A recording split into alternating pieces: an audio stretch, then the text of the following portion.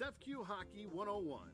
Check out the video boards throughout the game to learn more about official signals and rules to provide you a better understanding of the game. SEFQ, not a bank, better. The Peoria Rivermen would like to thank Coupon Book partners Tri-County Cleaning, Culver's, Moe's, Landmark Recreation Center, Bullpen Watch Parties, Friday and Saturday games, Busey Bank. The Peoria Rivermen would like to thank official partners Midwest Orthopedic Center, Unity Point Health, Dr. Scott Anderson, Coca-Cola, Heartland Chiropractic Center, Reagan Communications, Vital Signs, 5-Star Water, and Conica Minolta. Chuck-a-Pucks are now on sale. Be ready during the second intermission to chuck your puck for great prizes from partners Culver's, Firehouse Pizza, Landmark Recreation Center, Bullpen Bar and Grill, and Wingstop. Pucks $1 a piece, 7 for $5. Grab them before they're all gone. Ladies and gentlemen, boys and girls, good evening and welcome to Carver Arena, home of your Peoria Rivermen. Fans are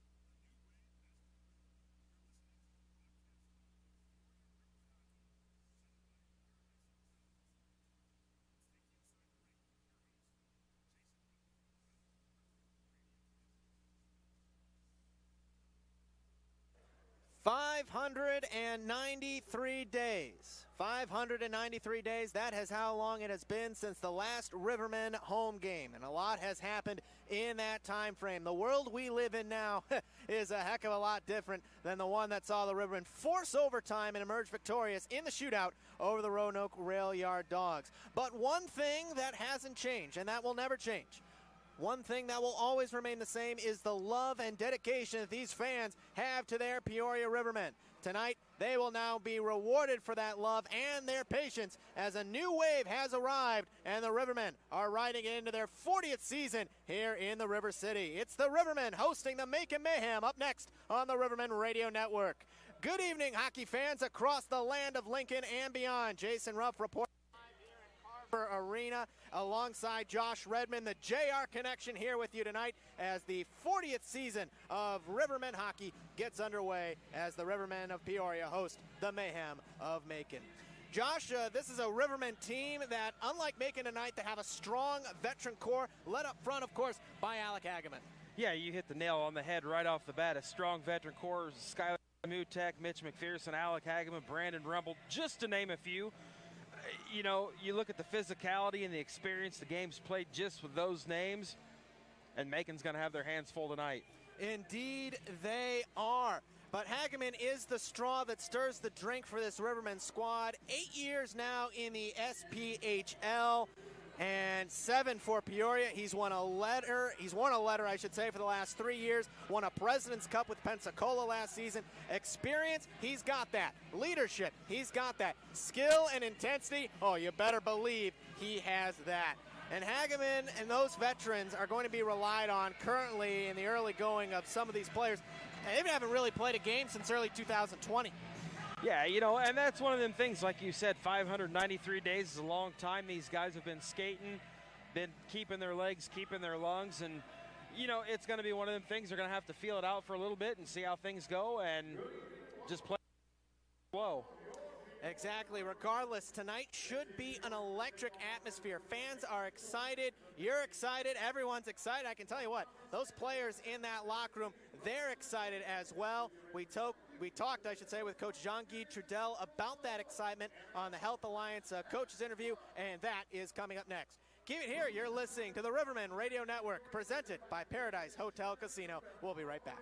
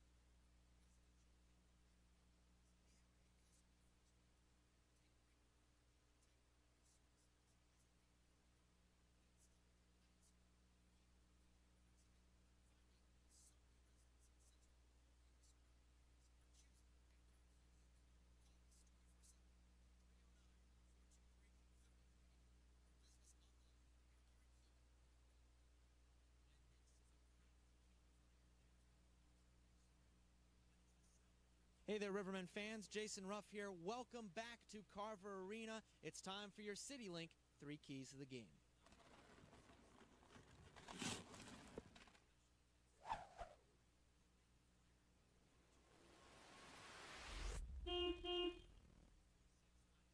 Tonight, the Peoria Rivermen open up their 40th season here in the River City against the Macon Mayhem. First key tonight for Peoria is to have a strong start. That means play fast, control the tempo, take the storm to them, as Coach Jean-Guy Trudel is so fond of saying. get the momentum going early. It's going to be a hometown crowd, probably going to be a raucous atmosphere as well. If the Rivermen can get momentum on their side early and keep it rolling, that will be very helpful towards their chances. A goal in the first 5 or 10 minutes of the first period will also be very helpful in that regard. How beneficial was that extra time in practice to work on the details? Well, you can look at it two ways. It was really beneficial just because you have more time to practice, but it would have been nice to start on the road to get the kinks out in those 2 games. So I like to look at it as a positive way. We needed it. A lot of new guys, a lot of new faces, guys that never played at our level. So it was important to get the extra week. Now again, we're not, all our structure's not in yet, but we have a good majority of it, and we're just going to go with simple today, fast and compete, and we should be okay. And speaking of that simplicity, how much of an added importance does playing that simple game have when this is your first game of the season, still trying to get the rust off, as you mentioned? Yeah, I think simple and structured, I think, are the key words, because if we don't play within structure, we'll just run around for no reason, and the guys are not in the best shape of their lives right now. It takes a little while to get their legs underneath them. So for us, it's just going to be about playing the smart way, the simple way, and especially structured. We want shortest route possible to every spot to make sure that we save our legs for 60 minutes. And certainly the veteran core should help in that regard, led up front, of course, by Alec Hageman. Your captain, third year, he's worn a letter. How does he kind of stir the drink, so to speak, for this Riverman squad? Well, I think it's more his passion, what he brings to the locker room. He's a winner. He wants to come in every single day and be the best at what he does. He has that compete level even in practice or ping pong. He wants to win. So when you have a guy like that leading your group, it's always beneficial. So, we're happy to have Hags, and we're happy to have a lot of that crew, because to bring in that culture that you want. Those guys know it, and they do it every single day, and that's why we're successful. I've seen that ping pong board. He's at the top. I don't know if anyone's going to catch him. Well, he hasn't played me yet, but we'll get there soon, and when he does, he's going to be in for a rude awakening.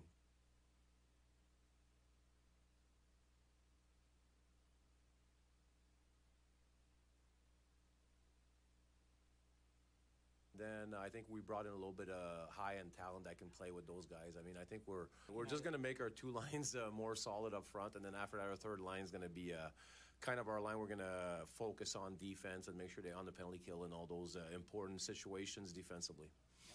And obviously you have some new faces on the team. How easy or difficult has it been for them to transition up to playing at the SPHL and the Peoria Riverman standard? I think that's the difficult. I think they can all play at the SPHL level. I think it's more the structured way we do things here in Peoria that's a little bit more complicated. But they've done really well there. Like I said, great people that come in. They work hard every single day. Those details, those habits, that structure, they're going to get it. And it starts today. I think you get a lot of those great reps in games, and we're happy to finally start it tonight. Guy, you and I have talked ad nauseum about the excitement leading up to this night. 593 days between games here now for the Peoria Rivermen. Well, that night is finally here. What is the excitement level like, not only for you, but for the gentlemen in that Rivermen locker room here tonight?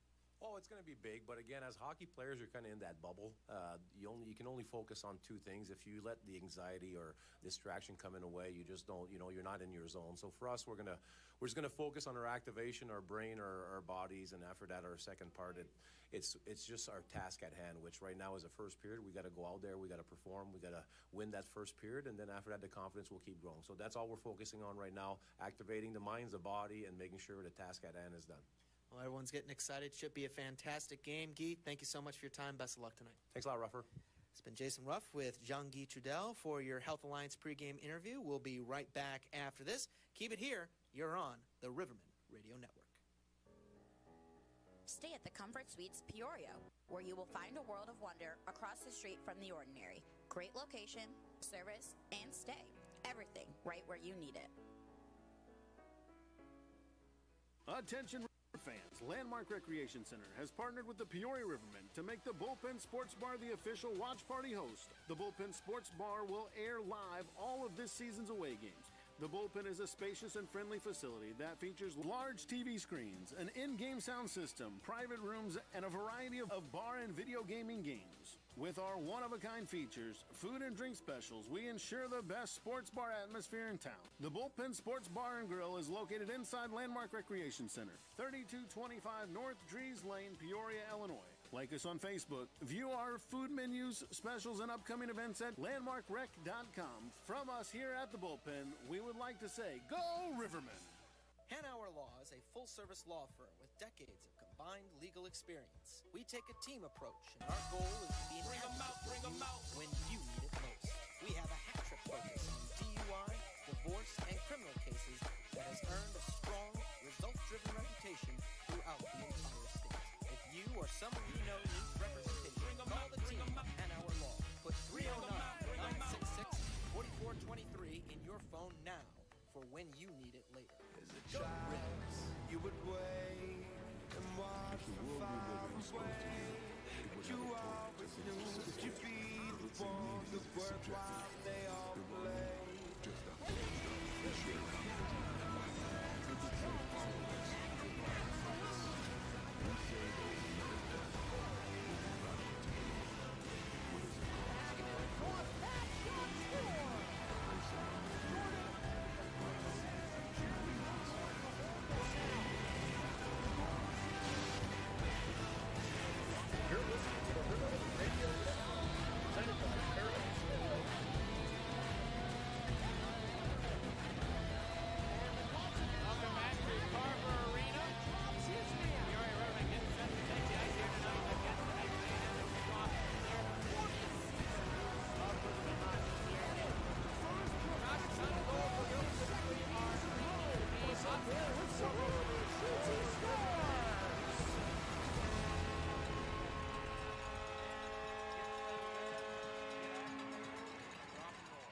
Second key for the Rivermen, experience matters. That's certainly got to be an important part here for this squad. And finally, third key for the Rivermen has to be really utilizing their systems. Systems are going to be important for this team. Jean-Guy Trudel likes to possess the puck. Puck possession, extremely important here, especially against a team like Macon, who is really inexperienced on the front end. 14 individuals making their first SPHL starting season.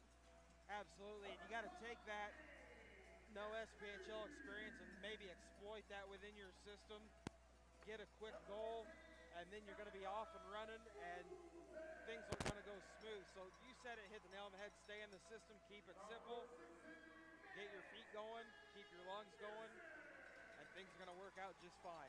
Absolutely. Let's take a look now at our starting lineups for your Peoria Rivermen. We'll start with the hometown Rivermen. Starting in goal this evening, big-time Levine. Eric Levine gets a start between the pipes, surprise to absolutely no one. On the back end for the Rivermen, it'll be Brandon McMartin and Brandon Rumble. So the Brandon pairing manning the blue line. That's a lot of B's in that sentence, certainly. And then up front for Peoria, it's going to be the captain, Alec Hageman, centering the line of Mike Lately and the newcomer, Matthew Cloutier. Up front for your Rivermen. For the Macon Mayhem, a bit of a surprise, almost a curveball in goal tonight. It's going to be Luke Cohen making his first ever start in the Southern Professional Hockey League. Yeah, Cohen with his first start, played 7 games at Castleton University, went 2-1-0 from 2017-18 to 2021, so not a whole lot of playing time between. Meanwhile, on the back end for Macon, it's going to be Kyle Soper and Brian Eder on the back end. And up front for the Mayhem, it'll be Don Carter Jr. with Joseph Draplik and Nigel Slade. Don Carter Jr., the only goal and point for this Macon Mayhem squad here in so far all this season. And it was an unassisted goal that came shorthanded, if you can believe that. So yeah, you know, watched him a little bit in warm-ups. He moves really well, and I think that's going to be a point of emphasis for the Rivermen as he does move real well. The Mayhem are coached by head coach Zach Desjardins. He's in his first season here with Macon. Coached with the Tulsa Oilers as an assistant coach up in the ECHL level. He's assisted by Gaetano Marino. Meanwhile, for your Rivermen, the winningest coach in all Peoria Rivermen history behind the bench in his 8th season, Jean-Guy Trudel. Yeah, Jean-Guy Trudel, what can you say? Winning as coach, that's it right there. Skill and really the coaching acumen to make this team potentially the best team in the Southern Professional Hockey League. I have no doubt about that in my mind. I think the question is, Josh, and the What really I think folks are going to have to be patient with is getting a lot of these guys who are in their first year in the SPHL. You heard Coach Dell talk about it earlier on in the broadcast and in the pregame interview. They can all play at the SPHL level. The trick is getting the play to that Riverman standard. Yeah, and that's one thing that John Guy-Trudel is really good at. He'll make adjustments, and he'll do what he needs to do to win. So those are your starting lineups. The 2021-2022 version of the Peoria Rivermen have all been introduced. They're standing at the blue line right in front of the press box. And we'll now pause for the playing of the national anthem. And of course, the playing of God Bless America.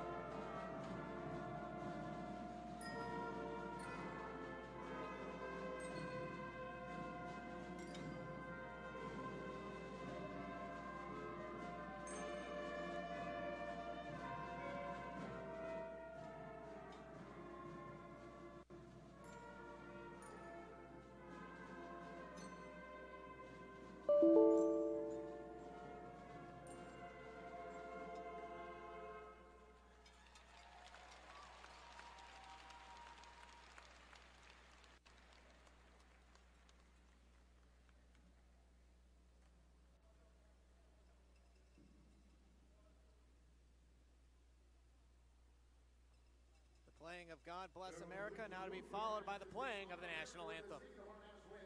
Sung by the Buckland County Junior High Choir.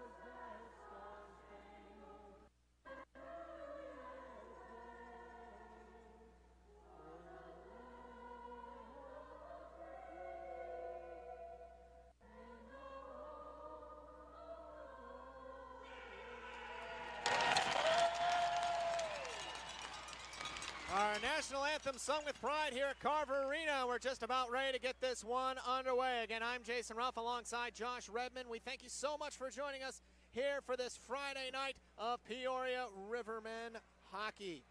Our officials tonight, as sanctioned by the Southern Professional Hockey League, are as follows. Jake Linusy is our head referee. He's wearing the orange arm stripes here this evening. He'll be assisted by the linesmen Mitchell Perry and Andy Zawada. So those are your officiating, that is your officiating crew here this evening. The Rivermen will be skating from your right to your left side, the Mayhem from your left to your right side, unless you're watching us on Hockey TV, in which case it is reversed. Everything I just said. The high game cam is on the exact opposite end of the building as to where our press box is. Josh, you can almost feel this one in the air.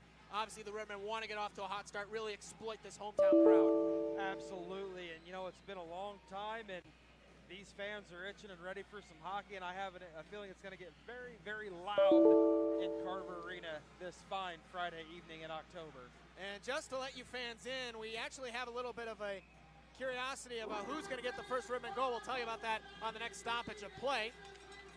Lately comes in, takes the draw, Rivermen win it, and the 40th season of Peoria Rivermen hockey is underway, but the Mayhem control of a turnover at center, and they are able to dump it into the offensive zone for Macon. It's rung around on the near side corner, Draplick trying to stuff it in short side. Puck jumps up, comes down to the ice, up to the near side point. Eder holds in, Slade dispossessed by Clouche in the corner, then he lost the puck.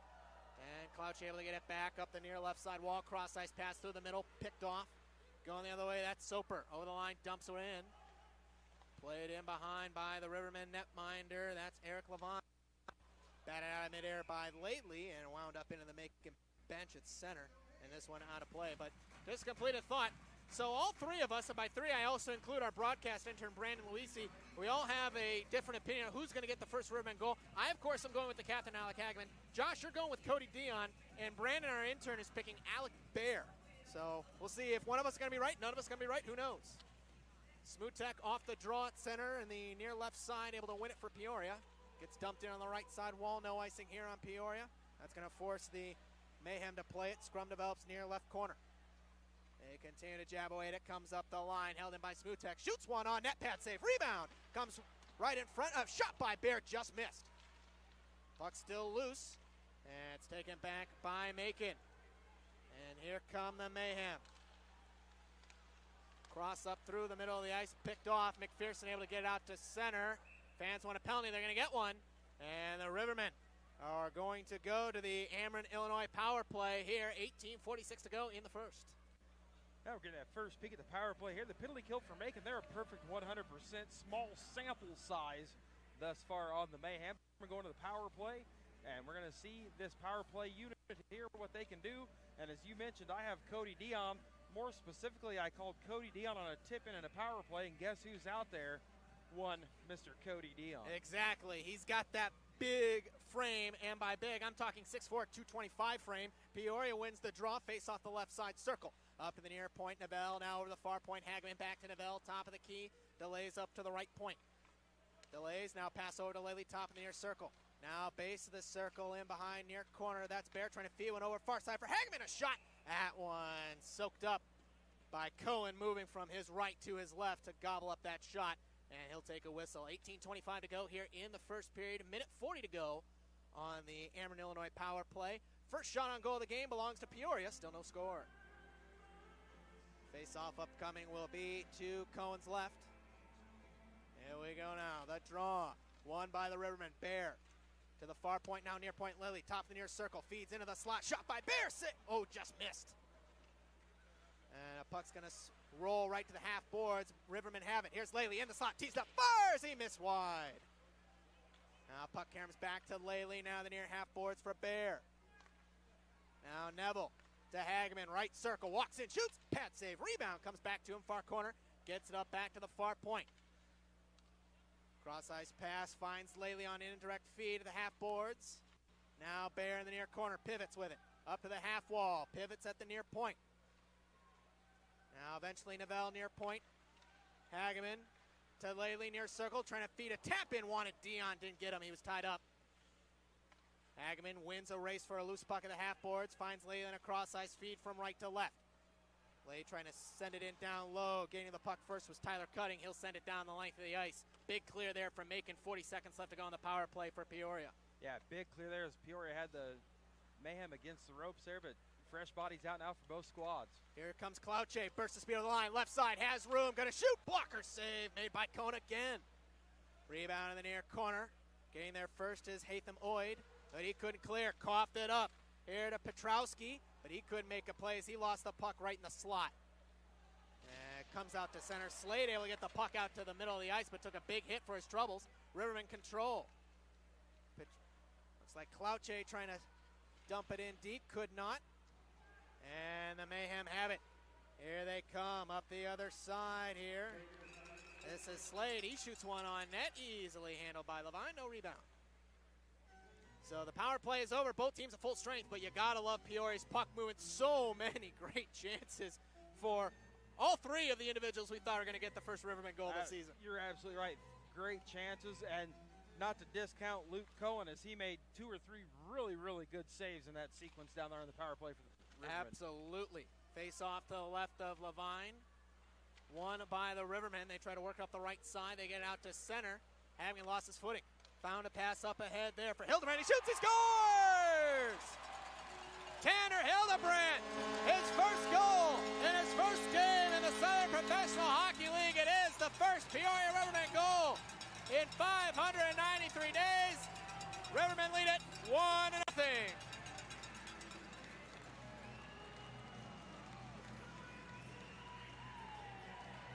We talked with John Guy Trudell about what excited him about some of these newcomers. Hildebrand was one of them. Great play up the right side. Shot across Cohen's body off the far post and in.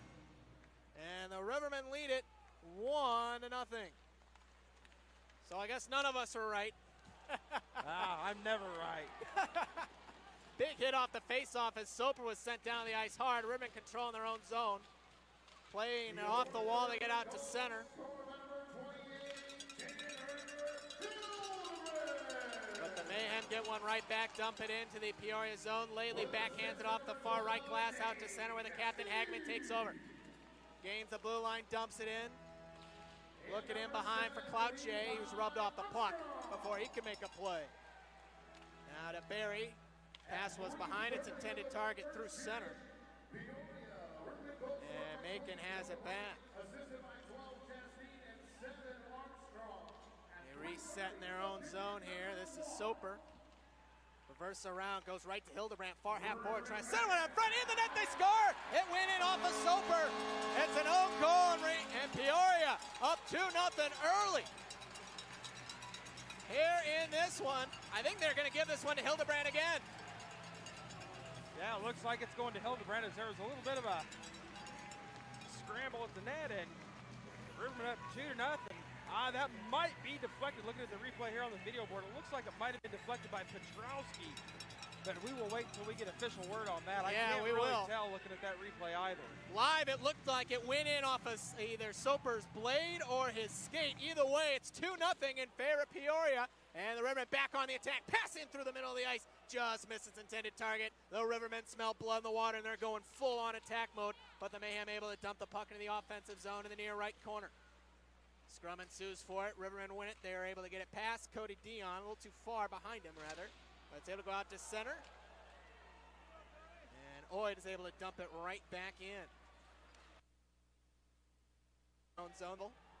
Able to kiss one off the right glass through center and into the offensive zone, but the Mayhem take it right back. Here comes Draplik. Over the line, left side, shoots one. Good save there by Levine. He'll hold on. 14:51, we've reached our first immediate timeout. It is 2-0 in favor of the Rivermen. Shots on goal, 5-2 in favor of Peoria. We'll be right back after this. You're listening to the Rivermen Radio Network. In 1984, entrepreneur David McKinnon brought a commercial maid service from Canada to Ann Arbor, Michigan. He hoped to give busy American homeowners a reliable, professional, and affordable solution to messy, dirty houses. Residents of the competitive university town took advantage of the new home cleaning service, which quickly expanded to communities in other states. Today, there are more than 450 individually owned Molly Maid cleaning service franchises operating across the United States and in central Illinois. When you're looking for a professional house cleaning service, you want to make sure that you find a team that can accommodate your budget, your schedule, and your cleaning preferences.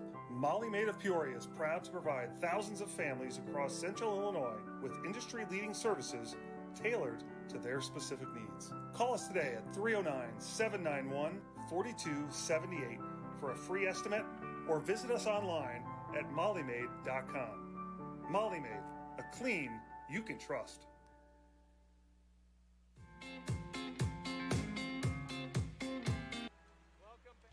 Welcome back here to Peoria, Illinois. Rivermen lead it 2-0, and they're in the offensive zone. Hageman a drive from the right side, padded up and into the protective netting there by Luke Cohen. Well, we just had an example of why my partner, Josh Redmond, J-Red, is one of the best in the business. He called it for J.M. Petrowski. It has officially been ruled J.M. Petrowski's first goal of the season, his first year with Peoria, and he gets on the board. And first game with the Rivermen as well. Yeah, first game with the Rivermen, gets on the board, gets a tip-in goal, puts the Rivermen up 2-0 with 14:33 left here in this opening period of play. It's funny, we thought it was going to be the veterans getting things going. Instead, it's been the new guys. Rivermen win this draw. Here's a shot from the top of the far circle off the stick of Smutek. That one blocked, deflected to the near corner. Scrum develops for it. Macon's able to get one out ahead through to center. Here comes Scott Koch over the line, shooting one from the high slot, save made, rebound, puck's loose. Right at the side of the blue paint, played in behind there by McMartin. Trying to get back to Smutek. He's met to the far corner there by Hussey. Puck comes up to the far point there for Soper. Shoots it to the half wall. There's Hussey. Lost the puck and a good poke check. And Bear able to get one out to center before the Mayhem dump it right back in. That's Kyle Soper. Both teams will make a line change. 13:50 to go in the first. 2-0 Rivermen lead it. Skylar Smutek, smart D who moves the puck well. That is the scouting report from Jean-Guy Trudel. Is able to find Browson on the left side to deflect one into the offensive zone for Peoria, no icing. Hildebrandt trying to poke one out through to the middle of the ice, nothing doing. And it slides out to center. Basie couldn't play it forward. Instead, it was Hansen who dumps it into the Peoria zone. Puck rings around the far half boards, and it's helped out to the middle of the ice by Hildebrandt. Now Oid, his pass broken up in the middle of the ice by Rumble. Here comes Peoria again. Petrowski over the line right side to the far corner. Drifts in behind, lost the panel on the puck.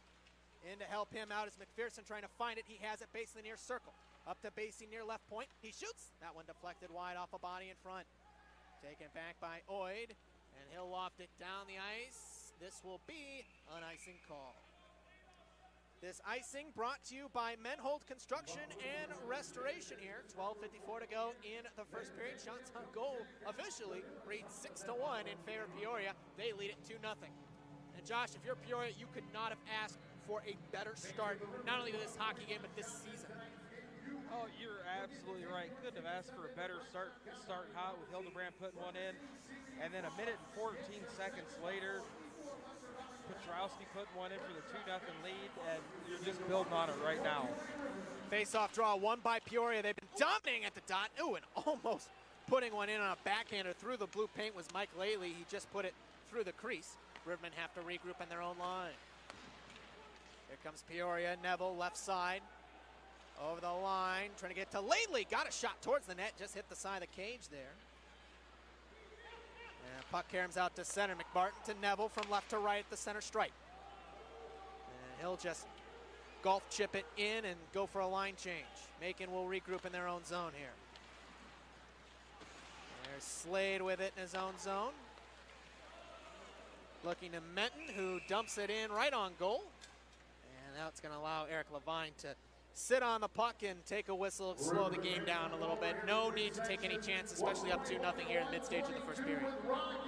And a little food for thought, a little worth mentioning on the Hildebrandt goal. The primary assist going to Nate Chasteen, Peoria's own Nate Chasteen.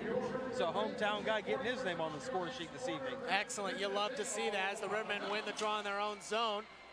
Looks like Smutek was able to fight through a hook, get the puck out off the right glass. No icing here as it caroms into Macon territory. Puck scrum develops far corner for it.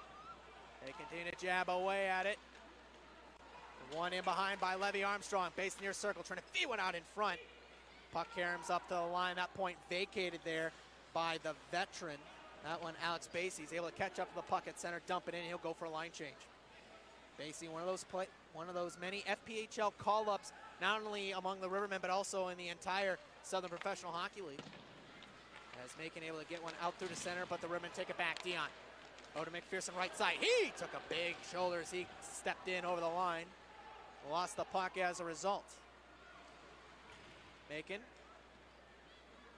will regroup, get one out to center. Koch able to get in the red line, dumping into Peoria territory, where McMartin will take over on the right side. Nice little spin move to watch off some pressure. Burst to speed up the right wing board.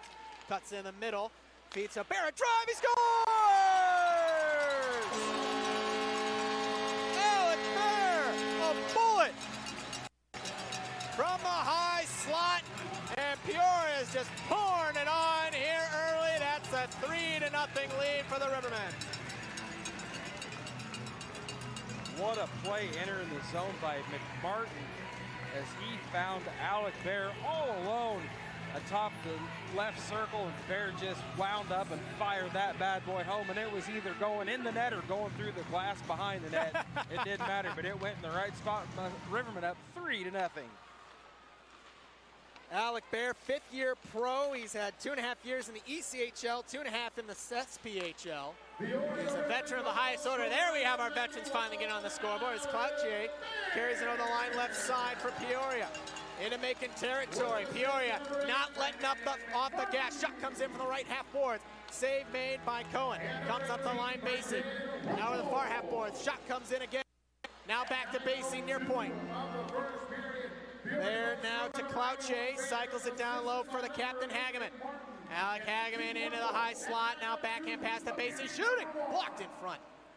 And it's taken back by DeBerry for Macon. Gains the red line. Dumps it in. And Levine stops it behind his net, sells it down.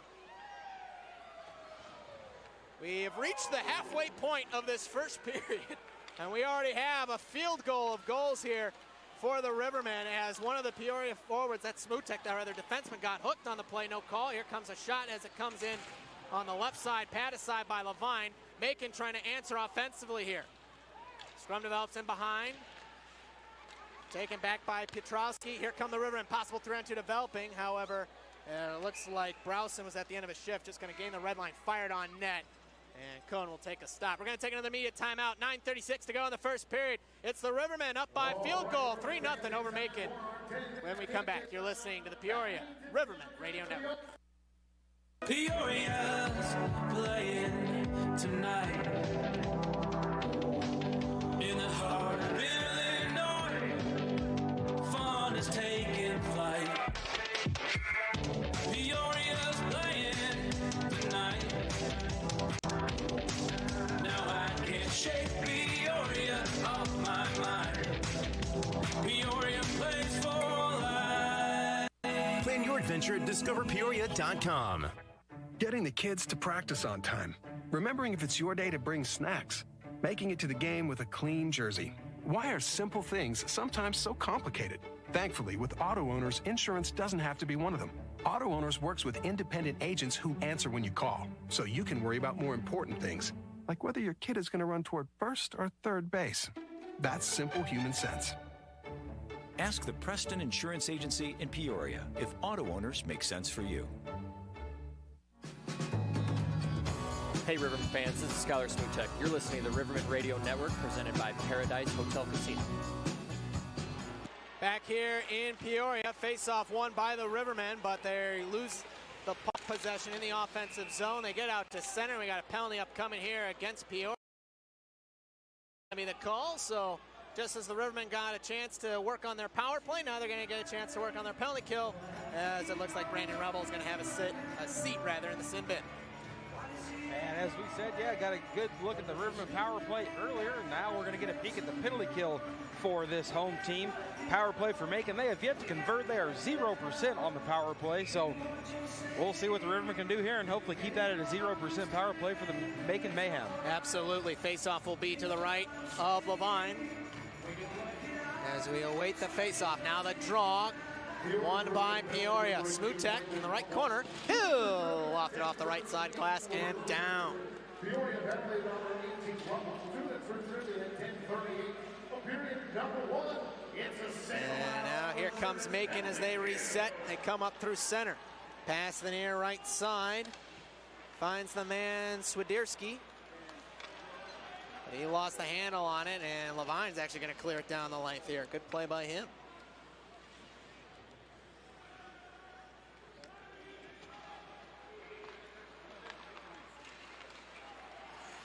Here comes Macon again now on the left side. That's Menton. Over the line, lost it. And again, the Rivermen clear the zone. Minute 10 to go on the penalty kill here.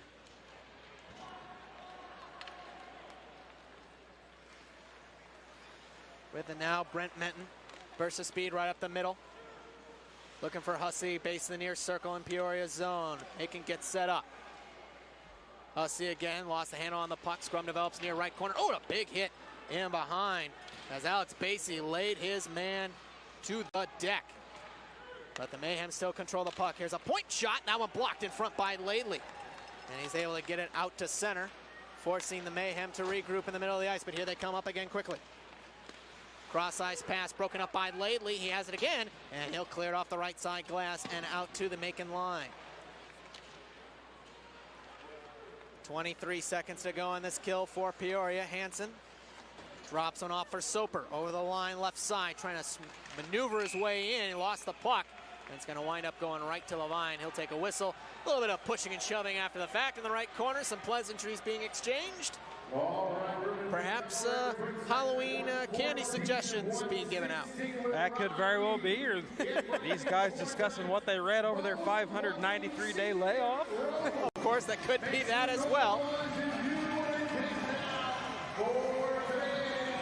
15 seconds to go before the Rivermen are back to full strength. 7:36 left in the first. 3-0, Peoria leads it. Draw to the right of Levant. Won by the Mayhem. Shot by Oid. Save made by Levine again. No difficulty, no rebound. I'll tell you what, Eric Levine has not seen a lot of rubber so far. That's just his fourth shot on net in this period so far, but he's really looked solid.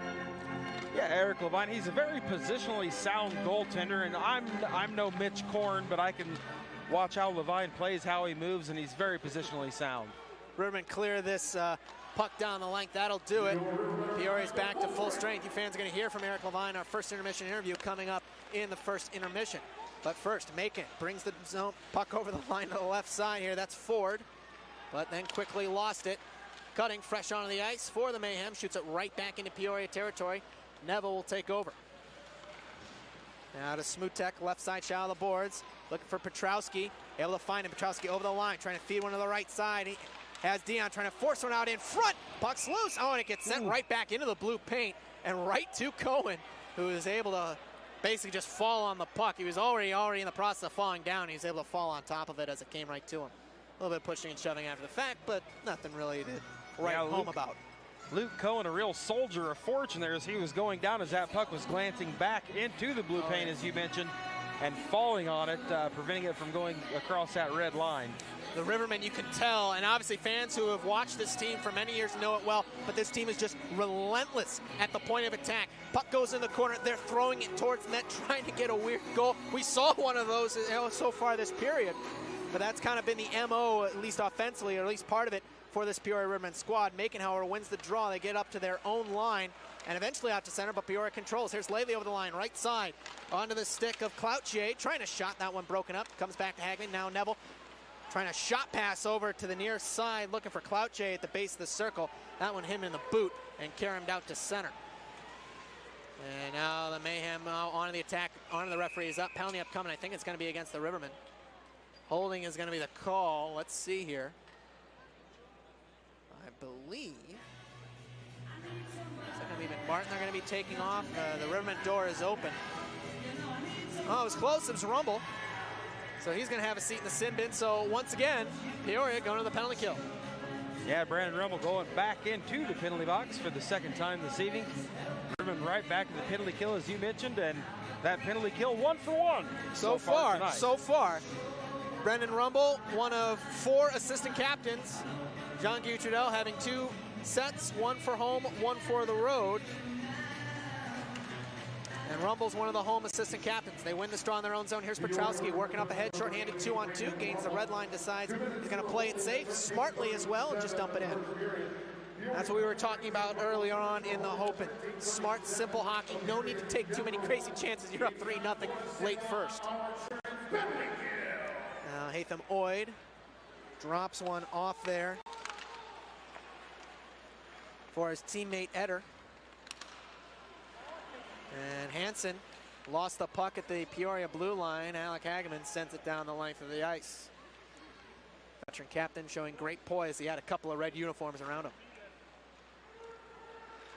Hansen on the right wing boards, able to backhand one in from center.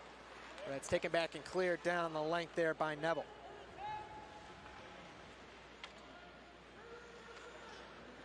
Now Macon again. Rush, minute 3 to go on their power play. This is their second of the period and the hockey game. This is Hansen looking for Slade in the near right corner. He's met in behind there by Smutek. Able to get it up ahead, and it's cleared down the length of the ice by Petrowski. Peoria will make a change to their special teams unit. The Mayhem will as well. 40 seconds to go on their man advantage. Don Carter Jr. deflects one in. Played in behind by Neville, or beg pardon, Levine rather. And the Rivermen able to send one up through to center. Wanted to spring Hageman. He was looking to be pinching in. That one broken out in the middle of the ice. Here's McMartin again with it in his own zone for Peoria. Now back to Smutek, and he'll clear it out to the Macon blue line. 10 seconds for Rumble is released from the penalty box. Draplik over to the left side there for Koch. He shoots one. That one would not go from the left side. Puck gets up the line, held in. Peoria back to full strength, now 2 for 2 on the penalty kill as Peoria clears the zone out through center. Macon forced to reset in their own zone. Oid up ahead, Koch over the Riverman line, left side for Carter, trying a short angle shot, save made by the stick of Levine. Up to the line it goes. Oid shooting one, deflected right in front. Carter trying to stuff it in short side, and a big save there by Eric Levine. He'll hold and cover, some pushing and shoving after the fact. We're going to take our last media timeout of the first period. Peoria leads at 3-0. Keep it here. You're on the Riverman Radio Network. Hey guys, this is Aubrey and Jared O'Brien with the O'Brien team here at Jim Maloof Realtor. Thanks for supporting your Peoria Rivermen. If you or someone you know is looking to buy or sell their home, we would love to work for you. We service not only the communities within the Tri-County area, but also those relocating to or from Illinois. So if you are considering a condo on the beach or maybe a cabin in the mountains, we can help you with that. For all your residential, commercial, or investment real estate needs, please consider the O'Brien team. Go Rivermen! Finding that missing shin guard. Remembering whether it's a home or away game. Getting the right kid to the right playing field on the right day. Why are simple things sometimes so complicated? Thankfully, with auto owners, insurance doesn't have to be one of them. We work with independent agents who keep insurance simple so you can worry about more important things. Like not being that fan. Oh, come on, ref!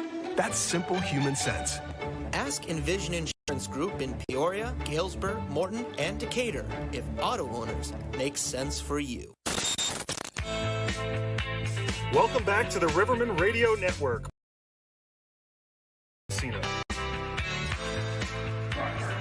Welcome back to the Riverman Radio Network. 4 minutes to go in the first period. Peoria leads it by a score of 3-0 over the Macon Mayhem. Face-off will be to the left side of Levine, won by Peoria. Here they come up ahead 2-on-2. It's McPherson leading the rush, got Dion with him. McPherson ran out of time and space. He was checked by Oid. He's able to get the puck in deep to the near corner. Puck deflects right out into the top of the blue paint, but it's cleared away by one of the Macon defenders. And eventually out to center, though the Rivermen dump it right back in. Here's Alves on the counter for Macon on the left side. Drops one off. Their shot comes in from the left, save made, rebound. Up to the near point. Now near corner.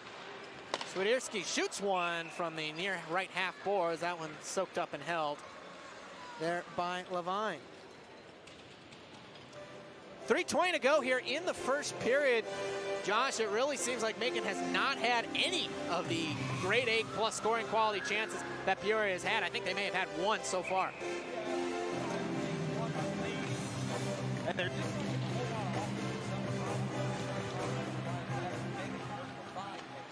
Exactly. Rivermen win the draw. Here they come up ahead through center. Dion dumps one in. Gonna chase in after it. And behind goes the puck.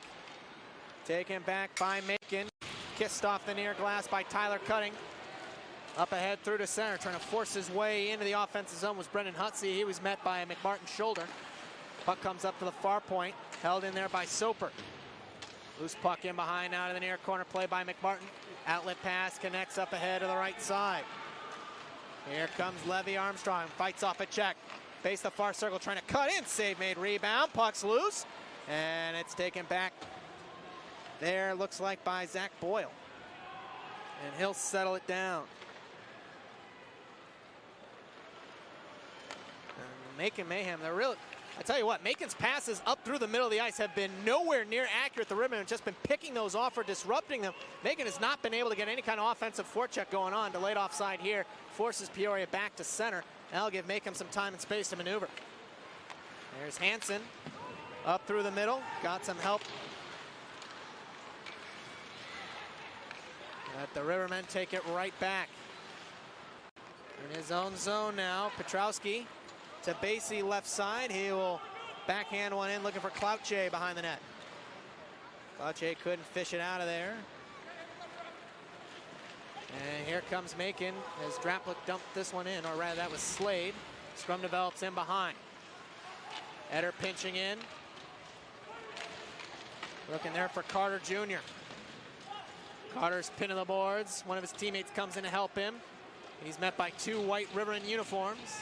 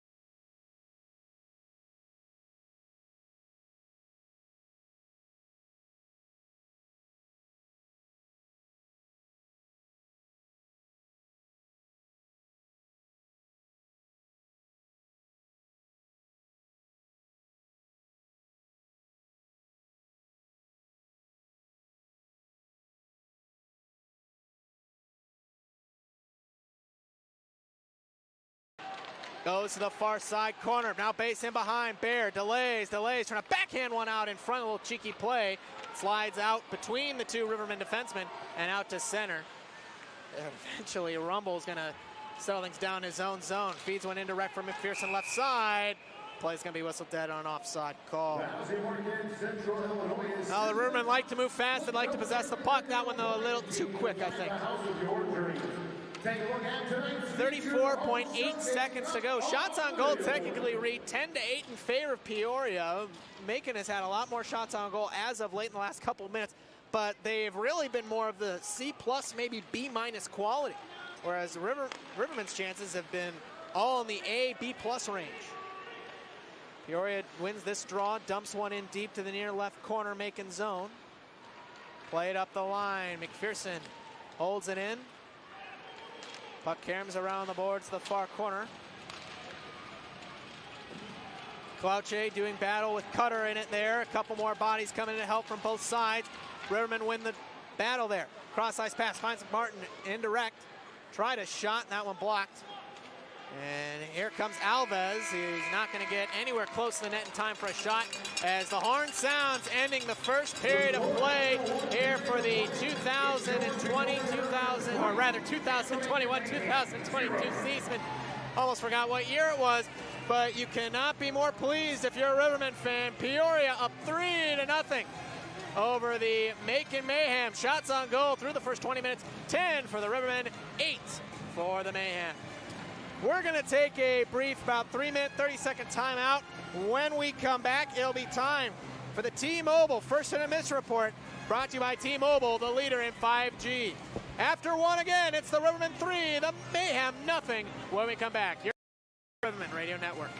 Ogburn Plumbing is a local, family-owned business serving the greater Peoria area since 1988. Since day one, we've remained committed to providing our residential and commercial customers with superior levels of quality and service. No job is too big or too small, and we can perform every facet of plumbing service from installation to maintenance and repairs. We are proud to be the leaders in the Peoria area for Navien tankless water heaters. If you have an aging water heater, we would love to earn your business and show you why so many people have switched to Navien. Our technicians have combined for over 100 years of experience, and we're ready to work with you today. Call us at 309-745-5763 to learn more.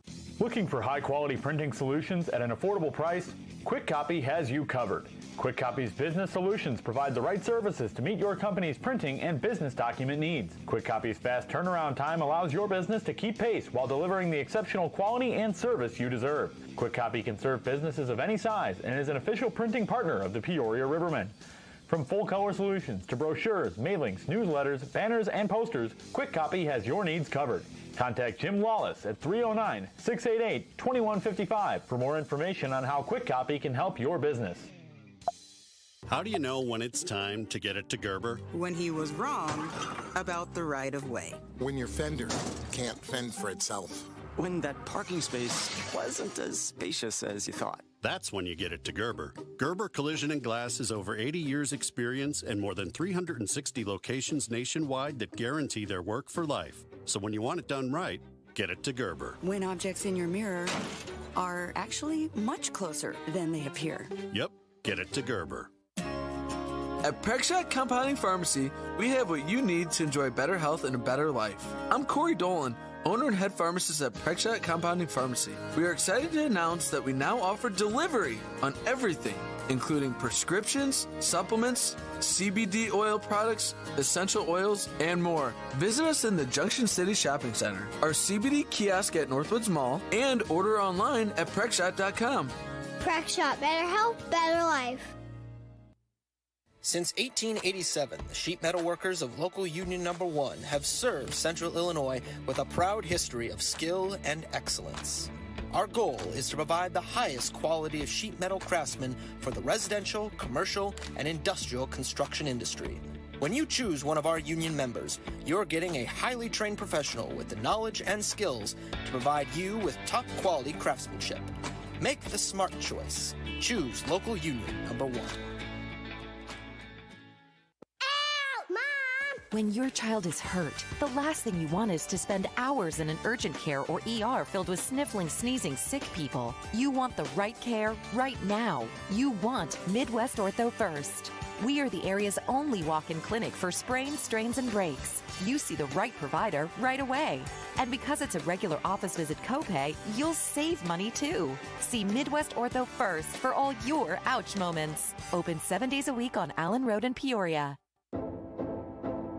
Hey fans, this is Eric Levine here. It's time for the T-Mobile Intermission Report, part of the Riverman Radio Network.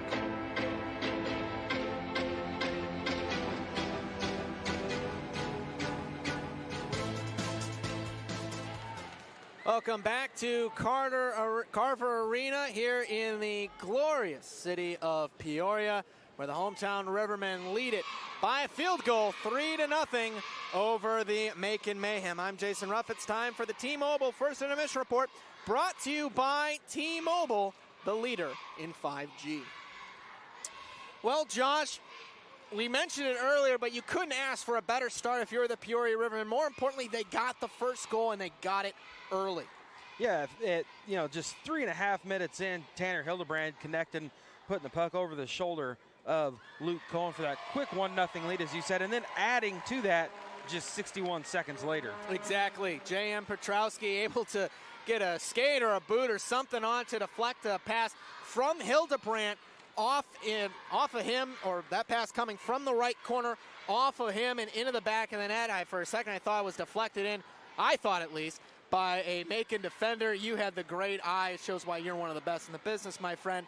But again, J.M. Petrowski, third-year pro at the SPHL, third-year pro, first year with Peoria. And it's ironic, we were talking so much about these veterans and how they were going to be relied upon early to kind of carry the load, while some of the newer faces kind of acclimated, completely flipped the script on us. It was the newer faces getting it done. I have really been impressed with Tanner Hildebrand. He has been all over the ice so far. Oh, absolutely. And yeah, I don't know if you write it off as it's an emotional high or what, but if he brings this energy for 56 games, watch out SPHL. That's all I can say. Exactly. It's, if you're a head coach like John Guy Trudell, you got to be happy with what you're seeing, especially from you new guys. And finally, you had one of the veterans getting involved in the score sheet.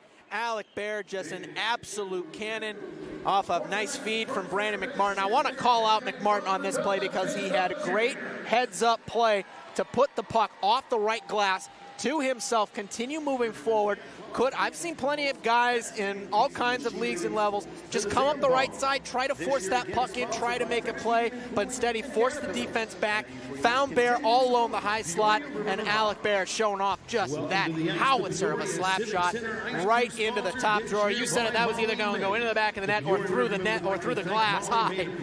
I don't think that one was an understatement. Alec Bear gets his first goal and point of the season. And you hit the nail on the head with McMartin starting that play, and McMartin actually started that play about 180 feet away as he just made a move as smooth as Egyptian cotton sheets to get through two defenders as he did a little spin move, got out and around, gave himself some room. Alec Bear raced up the ice, waited patiently, and he was rewarded for his patience in the long run. Exactly. Now, to Macon's credit, after they found themselves down 3, they started to get a little bit of mojo going, started to get some offensive zone pressure, obviously aided by 2 Peoria penalties to Mr. Brandon Rumble. But to give the Rivermen penalty killers all credit, the credit is due. They handled that with skill, professionalism, and grace. Macon really, in my book, according to my counter at least, had 1 quality scoring chance on 8 shots. Peoria about 4 or 5 on 10. Yeah, and going back to that penalty kill, I'm going to point out one person in particular, Mike Laidley, 3 blocked shots in 2 penalty kill opportunities for the Rivermen. So some of those things that you don't really get tracked in a stat, the little things, and John Guy Trudell will talk about those little things, those little intangibles. Laidley doing that, blocking several shots on a penalty kill, and like you said, going back to quality chances, if memory serves me, Macon had 1 opportunity in the house, and that's it. Everything else was outside right down the dots. In tight. Right down in tight, but that chance completely shut down by Eric Levine. He hasn't faced a lot of rubber, but he has been solid throughout. Good to see he hasn't missed a step, though he hasn't quite been tested, I'm sure,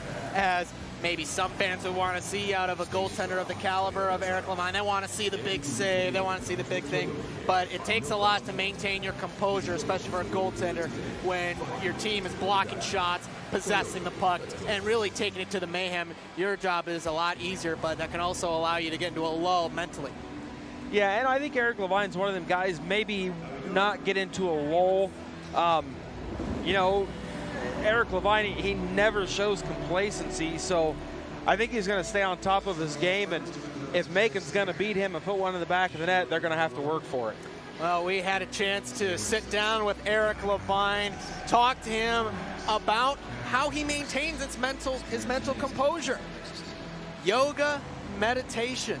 I know it doesn't make sense off the top of your head, but the more you think about it, for a goaltender, it makes all the sense in the world.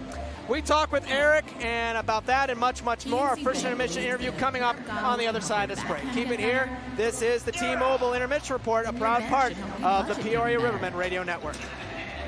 Virtual Wallet is so much more than a checking account. Its low cash mode feature gives you at least 24 hours. Are the official watch party host. The Bullpen Sports Bar will air live all of this season's away games.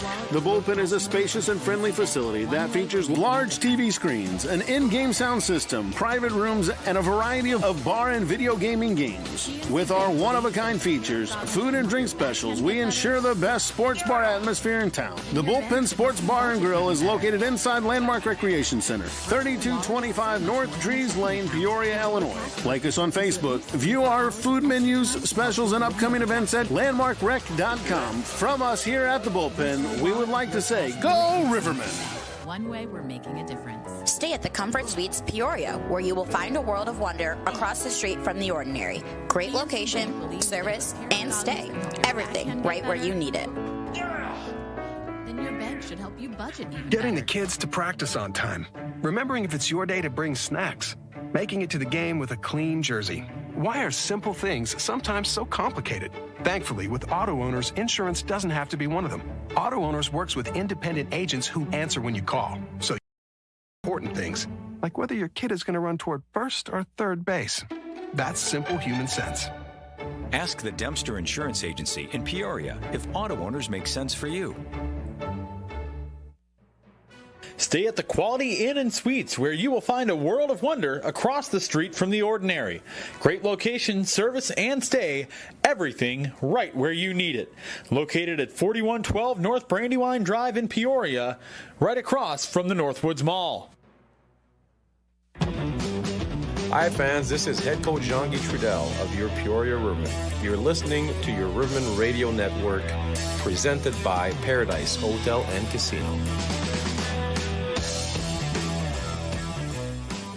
Hey there, Rivermen fans. Welcome to our first intermission interview of the season. And to lead us off on this season, we have the man between the pipes, Eric Levine.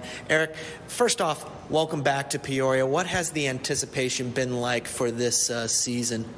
Yeah, this has been different than any other season. Usually you get a couple months in the summer.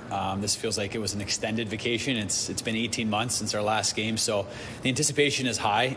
It's exciting, and I just can't be more grateful for the city of Peoria, for the organization, for the work that the ownership, the coaches, the staff did to get us ready to go. You know, it's not an easy thing dealing with our situation, current state of affairs, but you got to give it to the league, the presidents, the ownership, all on down the line. It's just an amazing effort collaboratively to get everyone going. And as players, we cannot be more grateful, and we're just excited to drop the puck this season.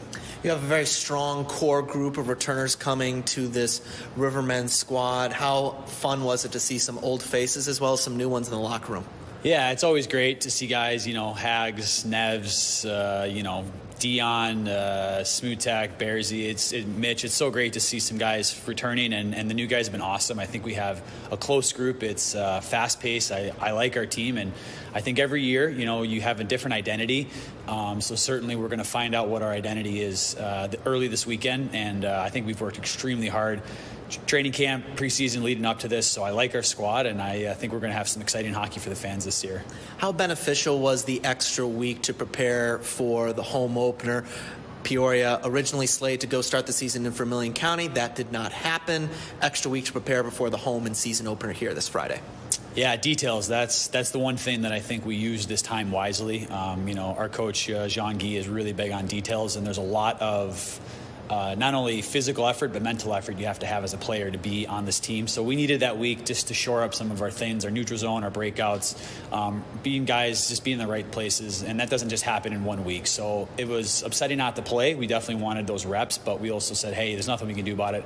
Let's use this week. We had a really strong week of practice. And I think it was really nice to have some extra reps, and the boys look really good. In your previous season with Peoria, because obviously last year the Rivermen did not play, but in your previous season with Peoria, you set your best professional record in terms of win-loss, save percentage, goals against average. What are you anticipating to build on for this year now that seemingly you found a little bit more of a stable situation here in Peoria? Yeah, it's like you said, there is stability. Jean-Guy gave me a really good opportunity. We discussed that this was, last year was the year I was going to be here from start to finish, and that, as a goalie, took a lot of pressure out of the situation. My years previous, there was always chasing call-ups, and you weren't sure where you're going to be at any given time, which is not an easy thing to acclimate to as a goalie. So having that stability, knowing I was going to be here from day one, it really helped put me in a good place mentally, and that's exactly where I'm at this year. This is a team I want to be with from start to finish, and just having that level of calm, cool demeanor that, hey, no matter what happens, I'm here to ride with the ship. And that was a big confidence boost that he gave me. And in turn, it just freed me up to play my game. So I'm looking to pick up right where I left off. And the beauty about hockey and sports is you wipe the slate clean. The records, the stats, they all start at zero, but you do take this cumulative effort. Everything in life is cumulative. So I'm going to take what I gained last year as a player, and I'm going to come out and just be the best I can for my team. And we're really excited to get going. One of the things that I think a lot of fans really like about you is that you are really big into yoga and meditation, and everyone knows goaltending is an extremely taxing position, especially mentally. How does really getting involved in yoga and meditation help you with your game? Yeah, it teaches a lot of mindful awareness. That's something I picked up, the last couple of years, and have really heavily incorporated into my routine. I started it last year, and just the idea of narrowing down the focus. My meditation teacher always comes back to that it's about the breath and it's about narrowing down the focus so you can be in the moment. As a goalie, things happen so fast around you, but you don't really move that much. You're just sort of the one that stays calm as the play happens quickly. So you have to think fast, react fast, but you have to process slow. You have to be in control of your thoughts. You have to be in control of your focus level.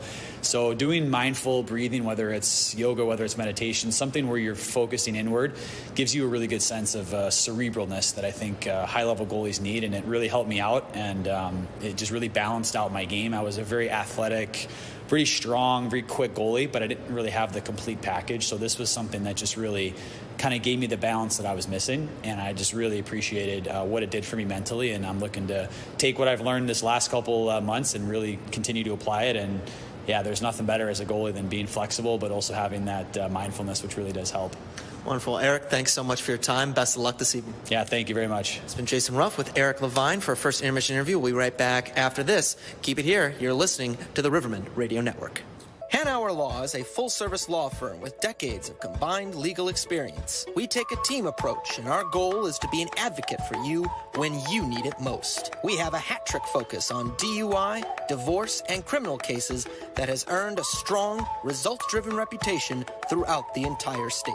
If you or someone you know needs representation, call the team at Hanauer Law. Put 309-966-4423 in your phone now for when you need it later. Go Ribs. Finding that missing shin guard. Remembering whether it's a home or away game. Getting the right kid to the right playing field on the right day. Why are simple things sometimes so complicated? Thankfully, with auto owners, insurance doesn't have to be one of them. We work with independent agents who keep insurance simple so you can worry about more important things. Like not being that fan. Oh, come on, ref! That's simple human sense. Ask Envision Insurance Group in Peoria, Galesburg, Morton, and Decatur if auto owners make sense for you. Hey everyone, we've been through a lot together, and everybody has good times and not some good times. But no matter what, it's okay to not feel okay. You know what I think really helps? Talking to someone. No, Fred, I mean a professional. The next doctor's appointment is a great time to bring up anything that's on your mind. Your doctor will listen, because providing safe care your way means caring about how you feel. Unity Point Health. Know how much you matter to this world. Searching for meaning in a relentless world. But there is another path where the battle to belong begins. Awakened by a calling. Welcome back to Peoria, Illinois. Second period underway. Rivermen win the draw, and go off into the offensive zone. Arm of the referee is up quickly. And we have a penalty upcoming here. Looks like it's going to be against the Macon Mayhem. Yeah, let's look like it is going to be a penalty against Macon. So the Rivermen going to their second Ameren, Illinois power play of the night. First of the period, Josh. Yes, and that power play we saw, as we mentioned there in the intermission, good puck movement, good cycling and movement. So we're going to see what Rivermen do here on their second power play opportunity of the evening right now. Face-off upcoming will be to the right of Cohen. The draw won by the Mayhem. Played around to the right side, half boards. Neville is there, takes over up to the far point, now near point Hageman. Back to Neville, drive, oh, he fanned on it. The Mayhem unable to clear the zone, that was Newton. Here's Bear, far corner. Looking for goal number 2, driving to the net, lost his footing, and it is in the net, they scored! Cody Diaz picking up the rebound, the loose change. Cohen is arguing with the referee, but it looks like this one's going to be a stand. And that would be the first Ameren, Illinois power play goal of the season for Peoria. Comes off the stick of Cody Dion. 4-0 Peoria now.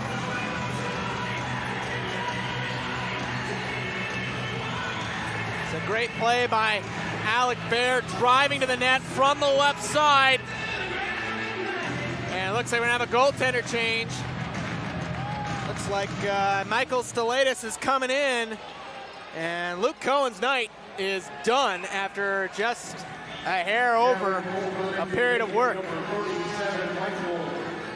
And Stelatis saw 5 games of action with Roanoke in 1920, going 0-2-0. So we'll see what he can do here as Rivermen now up 4-0 on that power play goal.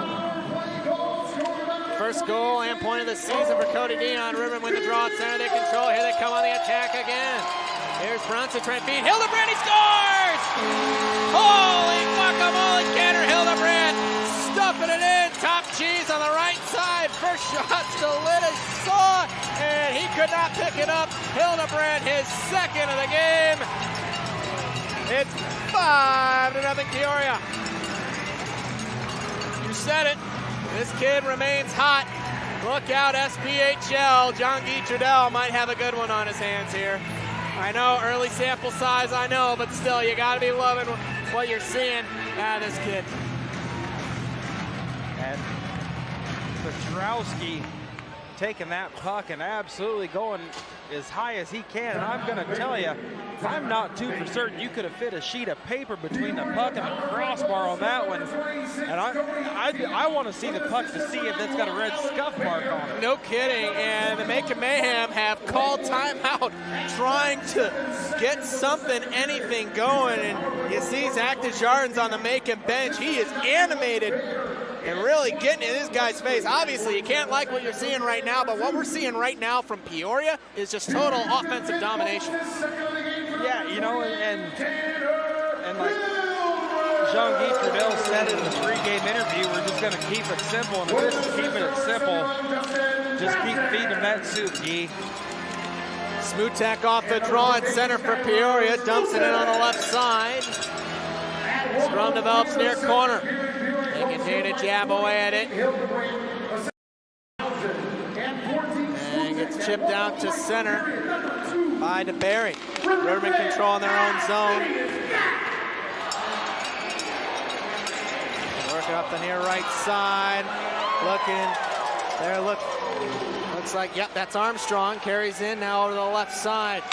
Shot comes in from Smutek. That one would not go. There come the Mayhem, 3-on-3 to Barry left side, over the line, base near circle, shooting one, short angle save made easy by Eric Levine, and for his troubles, and it looks like Mr. DeBerry was given the business and sent down the deck hard after taking that shot. Yeah, sometimes, yeah, it's got to hurt to go to the net and take the hit to make the play, right? Yes, that is a textbook example right there. Face off to the right of Levine. And it looks like face off warning given to the Rivermen. Alec Bear is going to be tossed. And in comes Cody Dion. He's able to win the draw. He's been around the league long enough. Loose puck, however, comes right towards the net after a poke check there by Swiderski. Save made by Levine, and a little bit of a get-together going on behind the Peoria net. Obviously, frustrations mounting if you're Macon. You're already down 5-0, and this second period's not even 2 minutes old. If you're the Rivermen, you don't want to be drawn into something that might get you either kicked out of this game or suspended or what have you. Macon is already dealing with 2 suspensions. Lane King is dealing with the team suspension, and the Macon Mayhem are also without Devin Brink, who's on a 1-game suspension for a hit to the head he had in Macon's season opener. He's missing tonight's game. He will be back for the Mayhem tomorrow. Drawing the Peoria zone, won by the Rivermen. They get out to center, but no further. Here comes Macon on the attack, however. Shot comes in from the right side off the stick of Scott Koch. Save again by Levine there. 17:47 to go here in the second period of play. It has been all Peoria. This one 5-0. And shots on goal. Reach 12-10. Shots on goal a lot closer than the score would anticipate, or would indicate rather. Face-off upcoming will be to Levine's left. The draw. Won by the Rivermen. Bang went off the glass up ahead. Find this man. That's Clouche. Circles back. Finds Hageman on the right, on the left side rather. Now up the line. Oh, it slid between the skates of Basie. And Rumble gets a pass from his netminder right in front of the bench area. Bear takes it back, however. Finds the rookie, Clouche, trying to feed one. Oh, for Hageman. Oh, he couldn't pull the trigger. Hageman able to get the puck back, trying to feed the point. It was vacated as they were in the midst of a line change. Now Neville, right in front of the Macon bench at his own line, decides to go back to his deep partner, Brandon McMartin. McMartin flushed from behind his own net to Neville on the right side. Now back to McMartin in the middle, over the Macon line. Makes a man miss. Base circle, shooting one, short angle. Oh, that almost caught the near post. Played in behind, Dion, backhander in front, bouncing puck. Lines up on the stick of Draplick near left circle. Couldn't clear. Baird dispossesses him of the puck, dumps it in deep. Puck hammers around the far side corner. A couple bodies collide in. It's Cody Dion trying to combine there with Skylar Smutek. Again in the far corner. Dion out muscles a man for the puck. Has it. Feeds Petrowski on the near right corner. Took a hit. Still with the puck. Now he's double teamed. Gets sent up to the line. Basie was pinching in, couldn't hold in, but really, you look at that shift, Macon devoting 2 men to try distance. Here's a 3-on-1 for Peoria. Toe drag move. Oh, and unable to pull the trigger was Justin Bronson. He lost it at the last second. Housen doing the hard work there. Meanwhile, Oid in his own zone near left corner. Couldn't clear it past Smutek, pinching in the half boards near right side. Smutek facing near circle. Spinorama move, trying to cut one in, feeds one in front. And a shot there by Petrowski. Denied there by Stelatis. I think that's Stelatis' first save of the game on just his second shot on. Yeah, second shot there, but hats off to Skylar Smutek. Smooth as steel. Oh, yeah. Smooth as steel. Well, you watch that sequence there, you notice Macon was forced to devote 2 guys just to dispossess 1 Riverman from the puck. That tells you that Peoria is doing something right. Yeah, a lot of puck presence and movement so far in this game. Rumble off the draw, drops it to Hageman, lost the puck, got it back. Now he's double teamed, able to find it right in front. Shot comes in from the top of the far circle off the stick of Rumble. That sailed wide. And Riverman able to get one out, hit through center. Here's Torlin the other way, cutting over the line, left side for Macon. Shooting one short angle, shoulder save there by Levine. Rebound, poke checked up to the blue line. Clouche couldn't hold on to it. But Rumble will settle it down for Peoria. Trying to feed one forward, looking for Armstrong. Couldn't advance it over the Macon blue. Now cutting at center. Looking for Boyle on the right side. Steps in over the line, trying to feed the center. Shot comes in. Pad save there by Levine again. And this one sent out into the crowd. It's going to be off a deflection, so no penalty upcoming to Peoria. We're going to step aside, or are we? Let's see. Yep, immediate timeout. We'll be right back after this. Riverman lead at 5-0 here on the Peoria Riverman Radio Network. T-shirt toss. Rocky's got some t-shirts over there.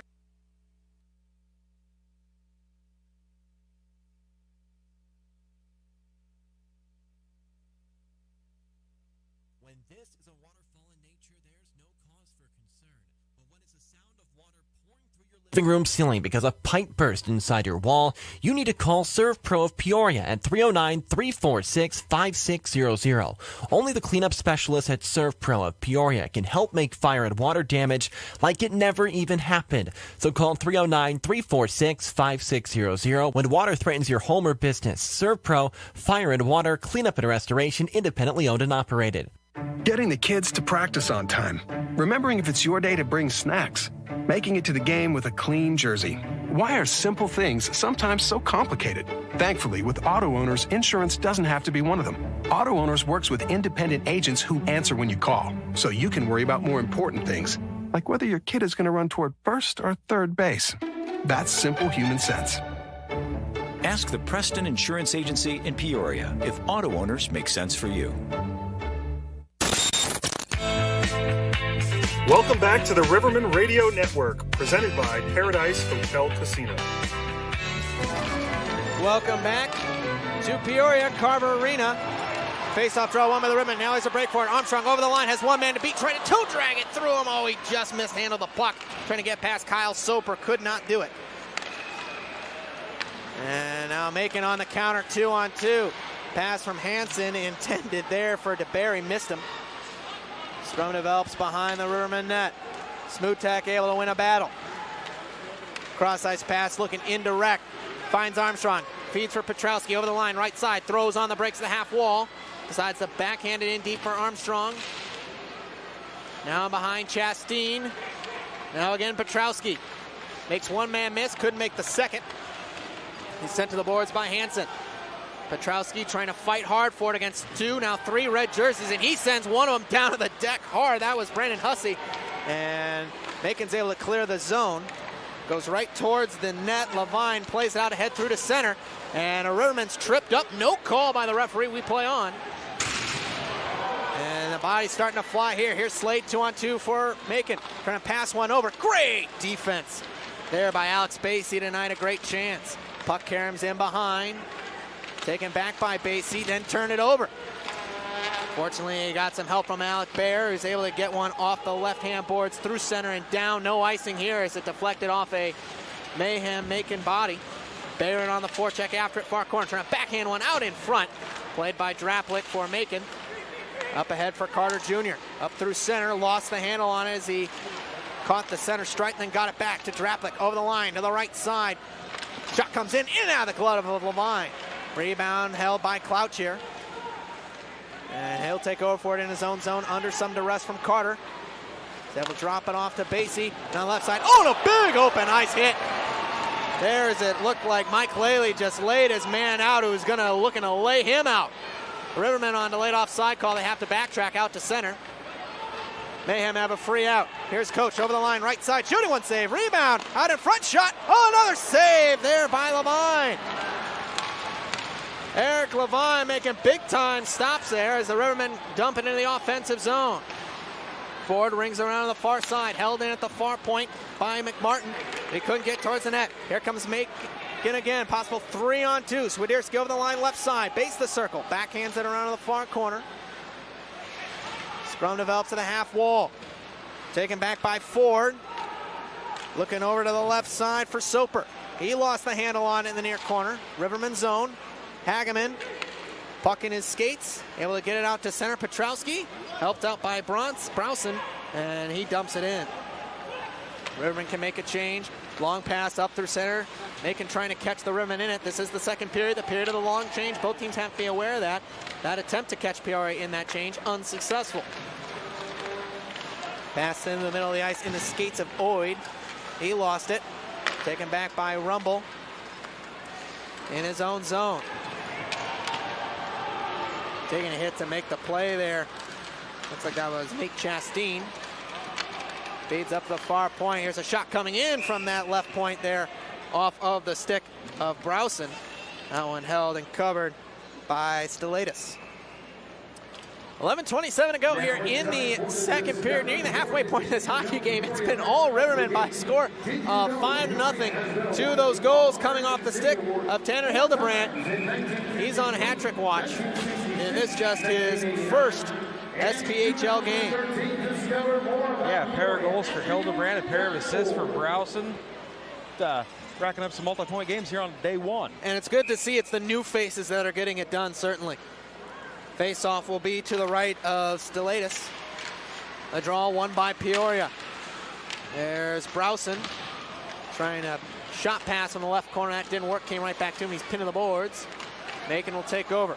Long outlet pass from Oid, missed the mark, comes to center, Rumble controls. Gonna cross corner dump it from right to left into the Macon zone. Menton trying to chop one out, held in by Dion the half board, shooting one, stick save, rebound, puck bouncing right to the near circle. McMartin has it.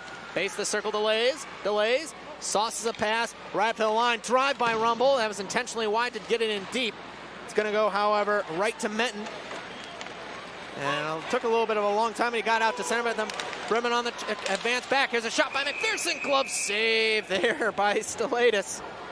And he'll hold on.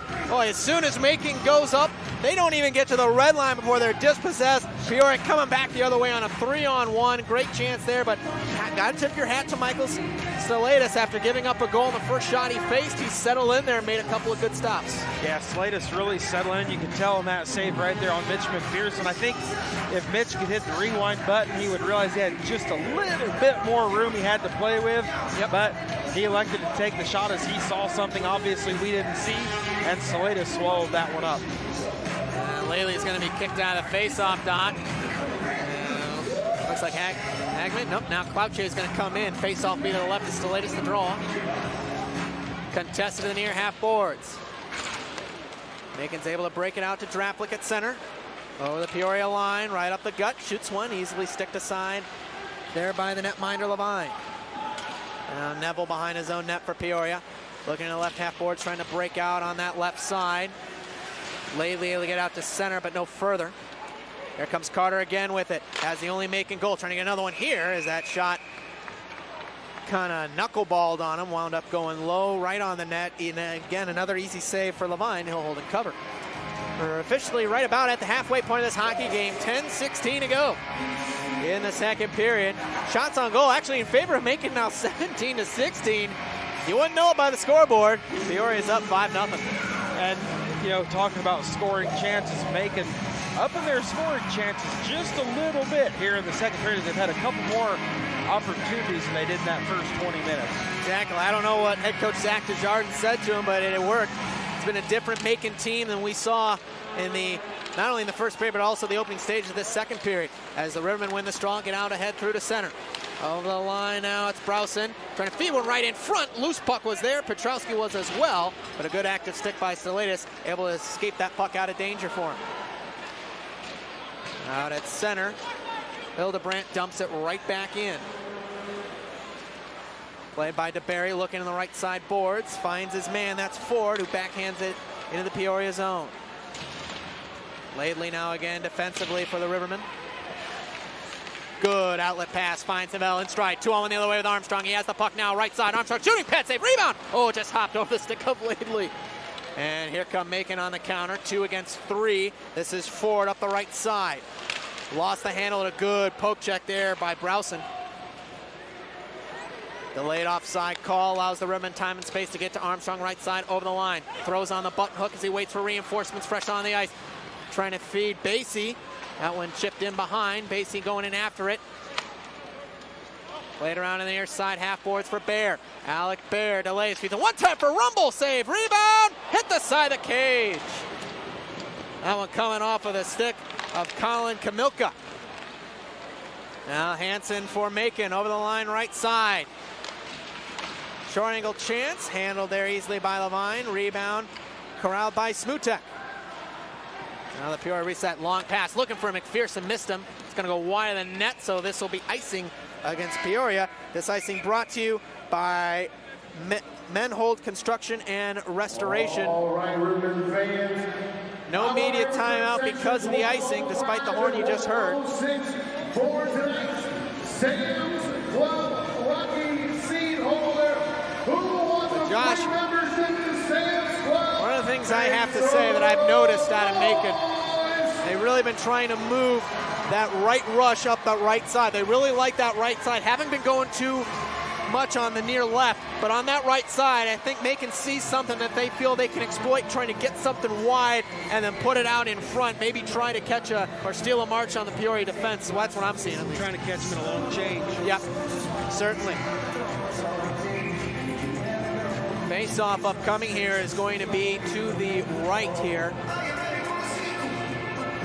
Eric Levine, who has been perfect so far, knock on wood, obviously. 8:36 to go in the second period. The draw won by the Mayhem. Shot comes in from the far point, blocked in front off the stick. And looks like we got a whistle upcoming, penalty upcoming against the Rivermen. It's going to be a third. It's going to be another trip.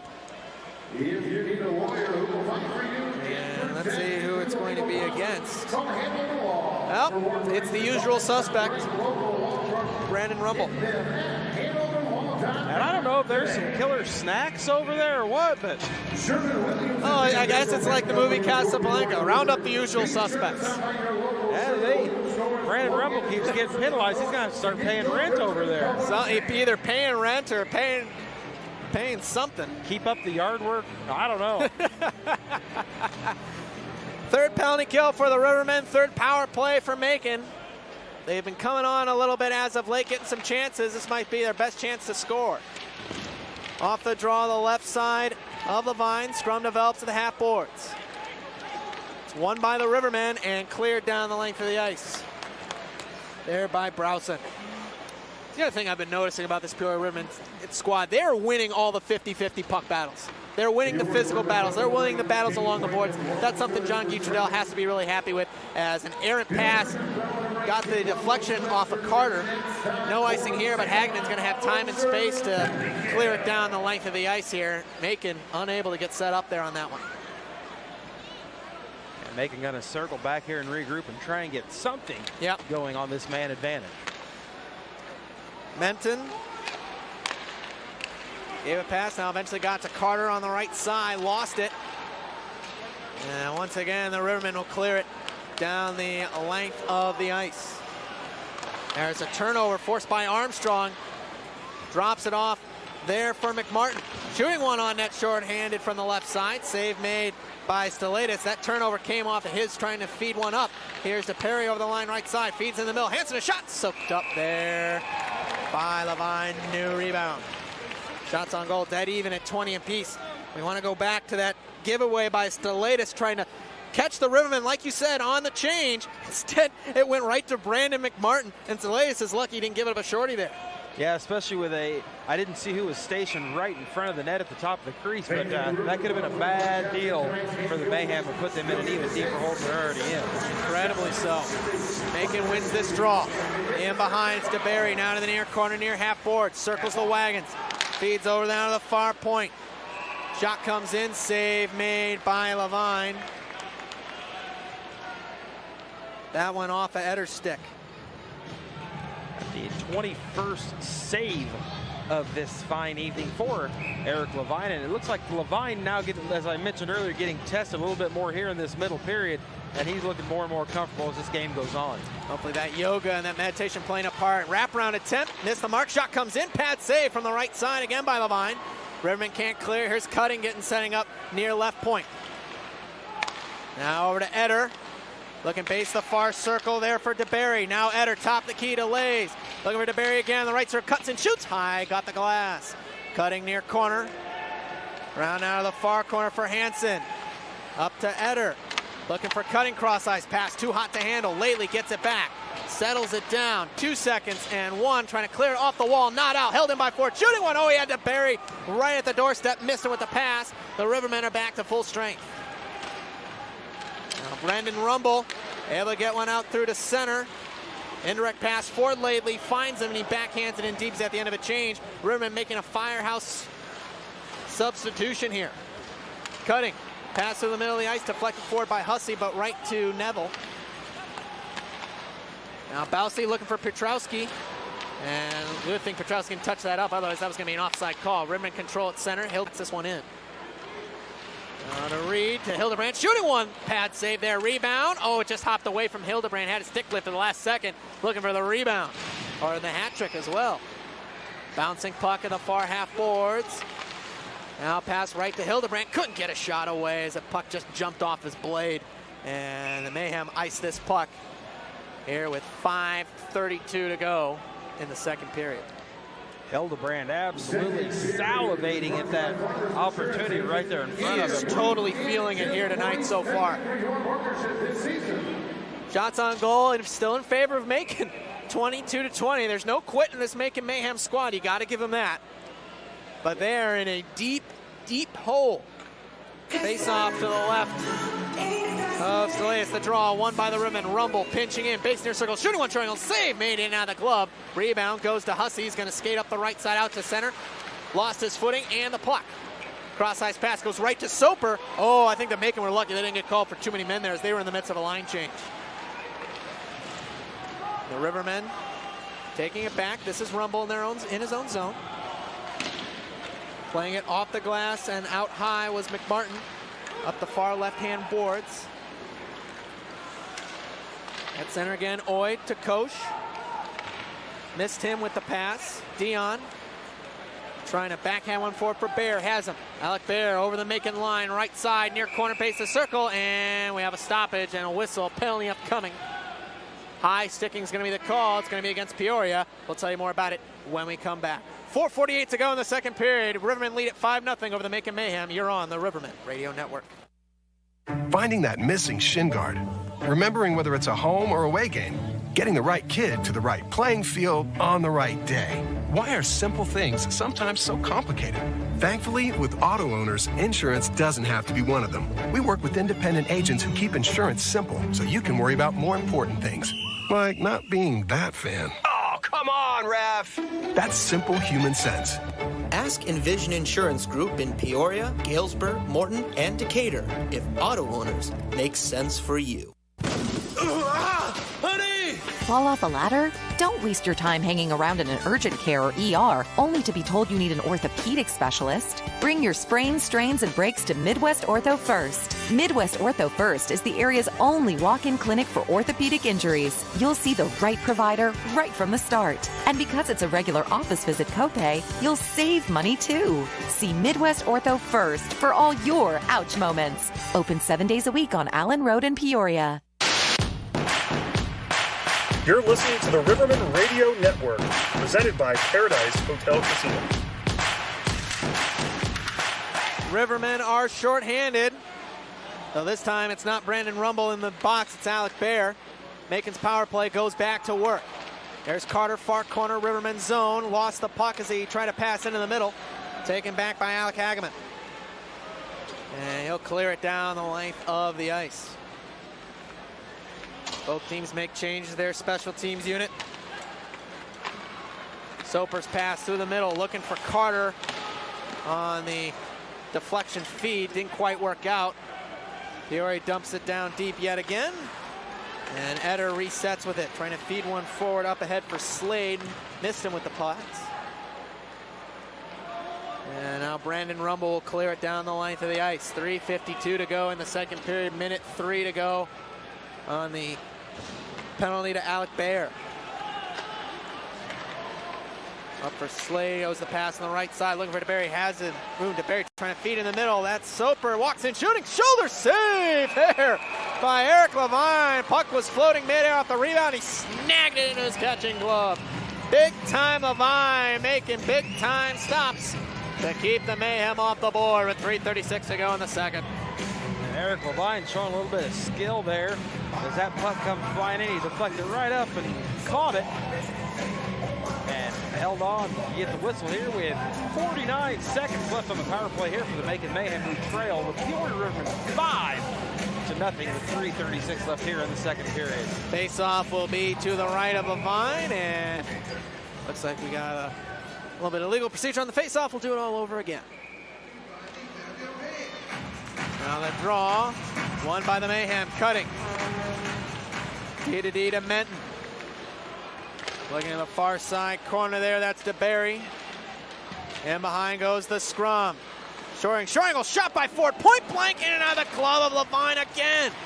Menton holds in, far right point. Cross-ice pass, broken up by a good active stick there. Looks like Mike Laley, and he blocked another shot.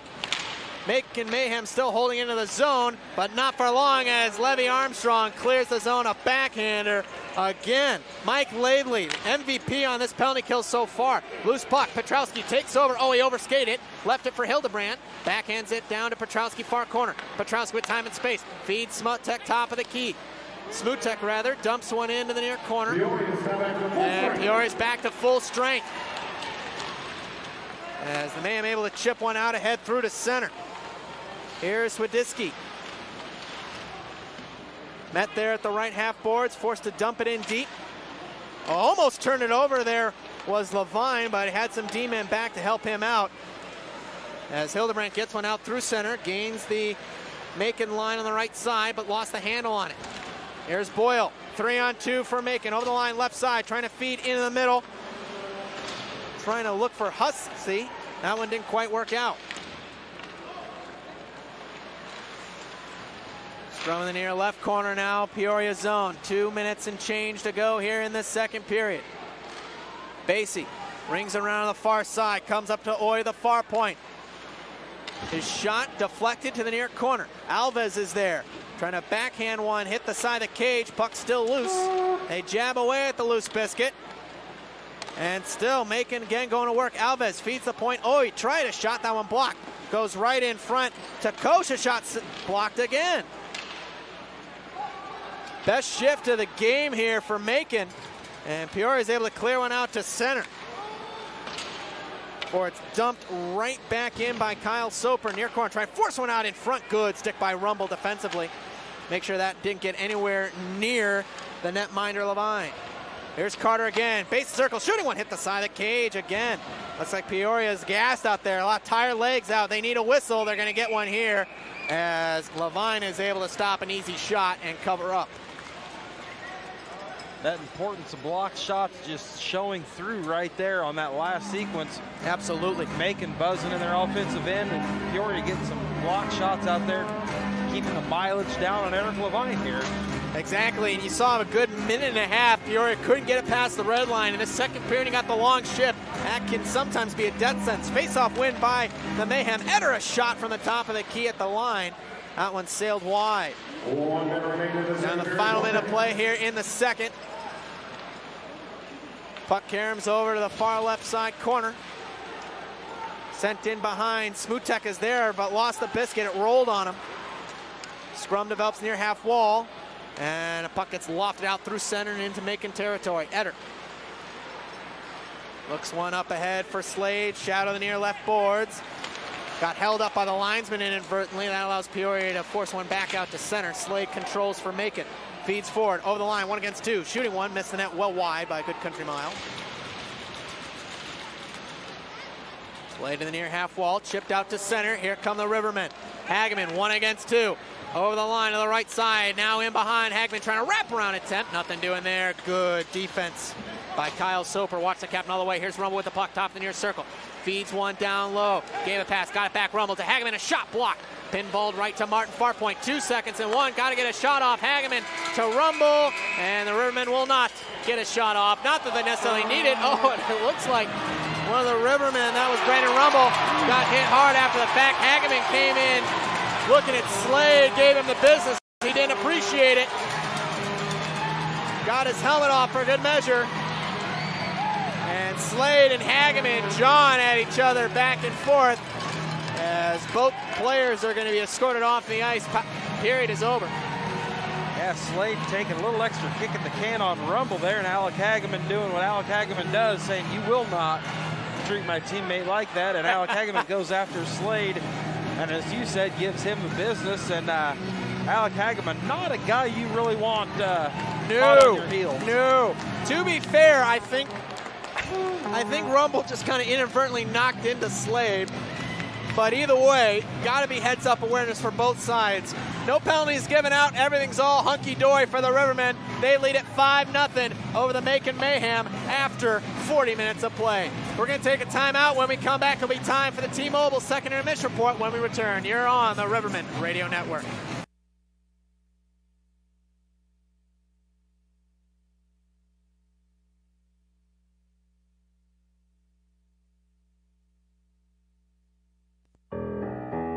Stay at the Comfort Suites Peoria, where you will find a world of wonder across the street from the ordinary. Great location, service, and stay. Everything right where you need it.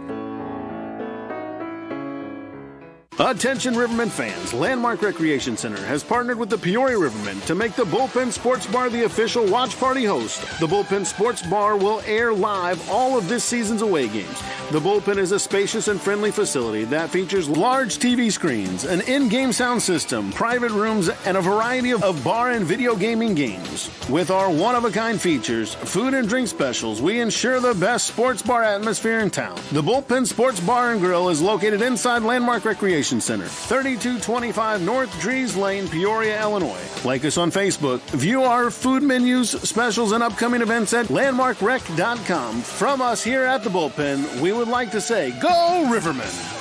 Accurate Heating and Cooling is a full-service heating and cooling company that serves Central Illinois for both residential and commercial properties. We have a customer-first mentality and take great pride in the integrity of our services. As a Rheem Pro partner, we install the highest quality of heating and cooling products available. Find out why so many residents in Central Illinois and the surrounding areas are choosing Accurate Heating and Cooling. Call us 24/7 at 309-423-3099 or visit us online at accurateheating.com. He has the long shot right behind that. There's the rebound, but once again, Dallas with this time it's Fox up. In the heart of Illinois, fun is taking flight. Peoria Now I can't shake Peoria off my mind. Peoria plays for life. Plan your adventure at discoverpeoria.com. You're listening to the Riverman Radio Network, presented by Paradise Hotel Casino. Welcome back to Carver. Boy will begin out for the Kings. Kempe gains that center line. The long shot dumps it in, hits the official. That's not very nice. No, it is not, but I don't know if Brad Meyer was looking somewhere else. I mean, it was pretty obvious where he was dumping the puck, and Brad Meyer doesn't. Oh, there we go. Little I'm sorry by Kempe. He seems to have shaken it off pretty well. We got a look at it right here, the dump in. Oh, maybe, you know what, I'll take that back. I think he was screened by Miro Heiskanen. That's why he didn't see it. Caught him right in the shoulder.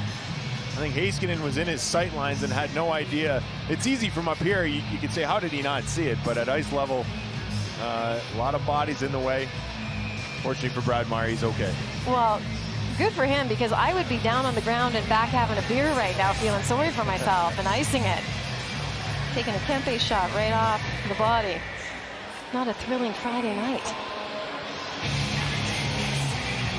So here we are, just over 7 minutes of play left in the second. Sagan rips this one around the board up to center ice as Hakanpää. He was released and now he'll skate off, but he managed to get a quick touch on it. Here comes Lizotte. Lizotte moves in. And now Jamie Benn, the captain for Dallas, will turn this one around and send it down to the stick of Jonathan Quick.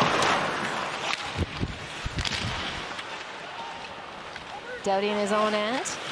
He turns it around. A loose puck goes to Kapari. Kapari has Radulov on him, and he will send it around the boards. Kings unable to get out of their own end, and now they do. Once again, it's Lizotte. He gains his own, a little chip and chase. He's in on it, takes a look. He's got green sweaters draped on him, up to the point. The shot will never get through to Holtby, but there's a rifle from Edler. Held in at the line by Velarde. There's another big shot, and it's turned aside. Well, all that started with Lizotte, a smart play to chip the puck to himself, get after it, and then they set up some offense. And we've seen a lot of it here tonight from Los Angeles. There's good puck placement, getting the pucks first, and spending a lot of time in the offensive zone. Absolutely. Lizotte signed a 1-year contract extension in the offseason. Undrafted player from St. Cloud State. Here's Trevor Moore wheeling around. He's taking a look up ice, but he turns and fires it, and hopefully we'll just get a paddle on it. Kept in. Velarde continues to work away, but he loses the puck, and here come the Stars. 5.5 left to go here in this middle frame. Edler, the veteran defenseman, will send it across, and they're on the move, but Walker will hold up and go off for a change. Pavelski wheeling it around in neutral territory as the Stars look to get something going with a very effective line out on the ice. Fox is held up by Kopitar, working along the boards. Now it's sent out. Here's Roy. Roy sends it ahead to Dustin Brown. He's on the far side, and now he drops it for Bjornfot. The defenseman couldn't get off the shot. And he'll return up ice as he was pinching away in. Connor Caro tries to carry out, but there's the giveaway. This is Victor Arvidsson. He sends it across. A long shot. Kempe's shot blocked by Joel Hanley, the defenseman for Dallas. Here's Mikey Anderson dancing in, takes the shot, or tries to, but doesn't quite get through as he drops it off for Kopitar. Up to Doughty. Doughty will fire that one in all the way around the boards to Arvidsson.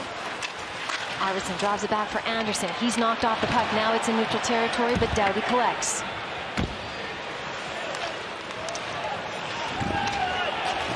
Filipino in, looks for the center. Can't quite get it as Ben will intercept. Doughty back to get it at the red line. Steps inside the zone, and he gets taken down, and he's staying down. And we will have a penalty on the play here, and we're going to have a discussion between these two teams. Doughty's in a lot of pain right now, and it looked like he was holding his knee. And this is not good news for the Los Angeles Kings.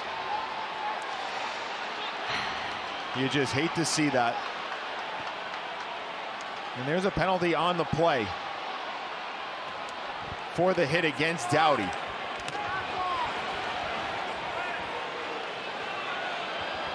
And Hakanpää's right in the middle of all of it. We talked about his physicality and what he brings. And when you have that mindset, sometimes it's tough to make good decisions. Here, Doughty. Oh. Yeah, it's knee on knee. Oh, man. Hakanpää's coming to finish him. Dallas penalty number 2 has been assessed the 5-minute penalty.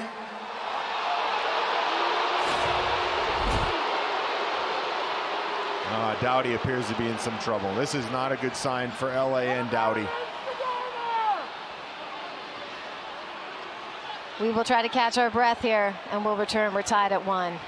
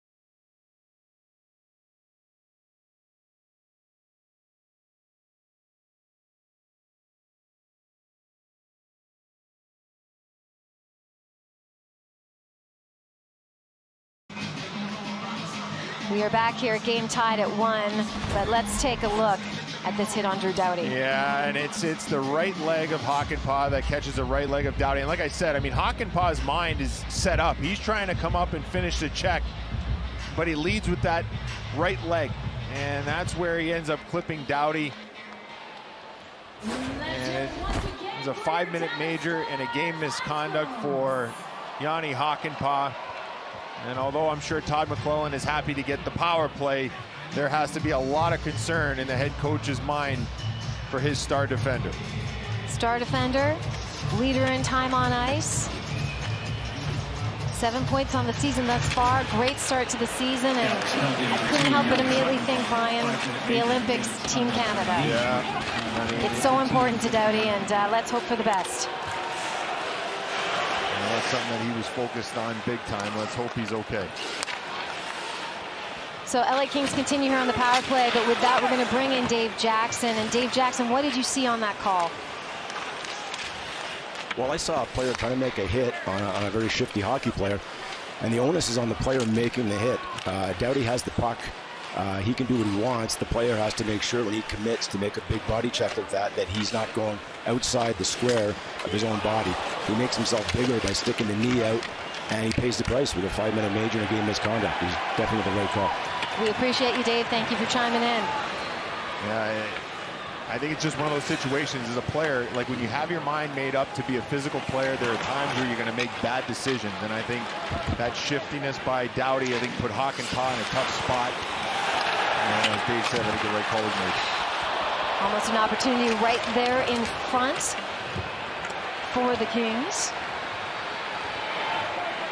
And oftentimes it's difficult when you're going at a player straight on to make those good decisions. That's where it becomes a lot more difficult when being the guy that's laying the check. When you're going side, angling at him, it's much easier to make the right decision. Tough play for Hakanpää. Let's see if LA can take advantage. Kaliev sends it across. There's a shot and he scores.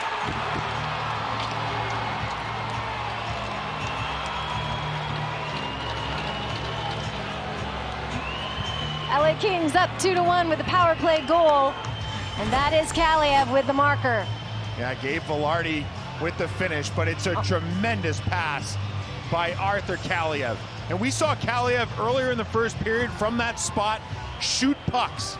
And that's what's important. When you're defending, you're expecting maybe that shot, but Kaliev with the awareness, recognizing that that shot's not there, the seam opened up, found Velarde on that weak side, and Velarde was able to sneak that short side past Braden Holtby. So Arthur Kaliev back in the lineup tonight. That's his first of the season, and it gives the Kings the lead with just over 2 minutes to play here in the second period. They continue to work away in Dallas's end. Roy sends it across to the captain, Kopitar, and back up top to Roy. Arvidsson there with the one-timer as Dustin Brown was camped out in front of Holtby. Stars will turn this around. Here they come. Quick little shot. Quick with a save off Michael Raffel. Denning and Raffel both out there. Great PK specialist for the Stars. Sends it back up top to Heiskanen. He has a long shot. Redeflection in front.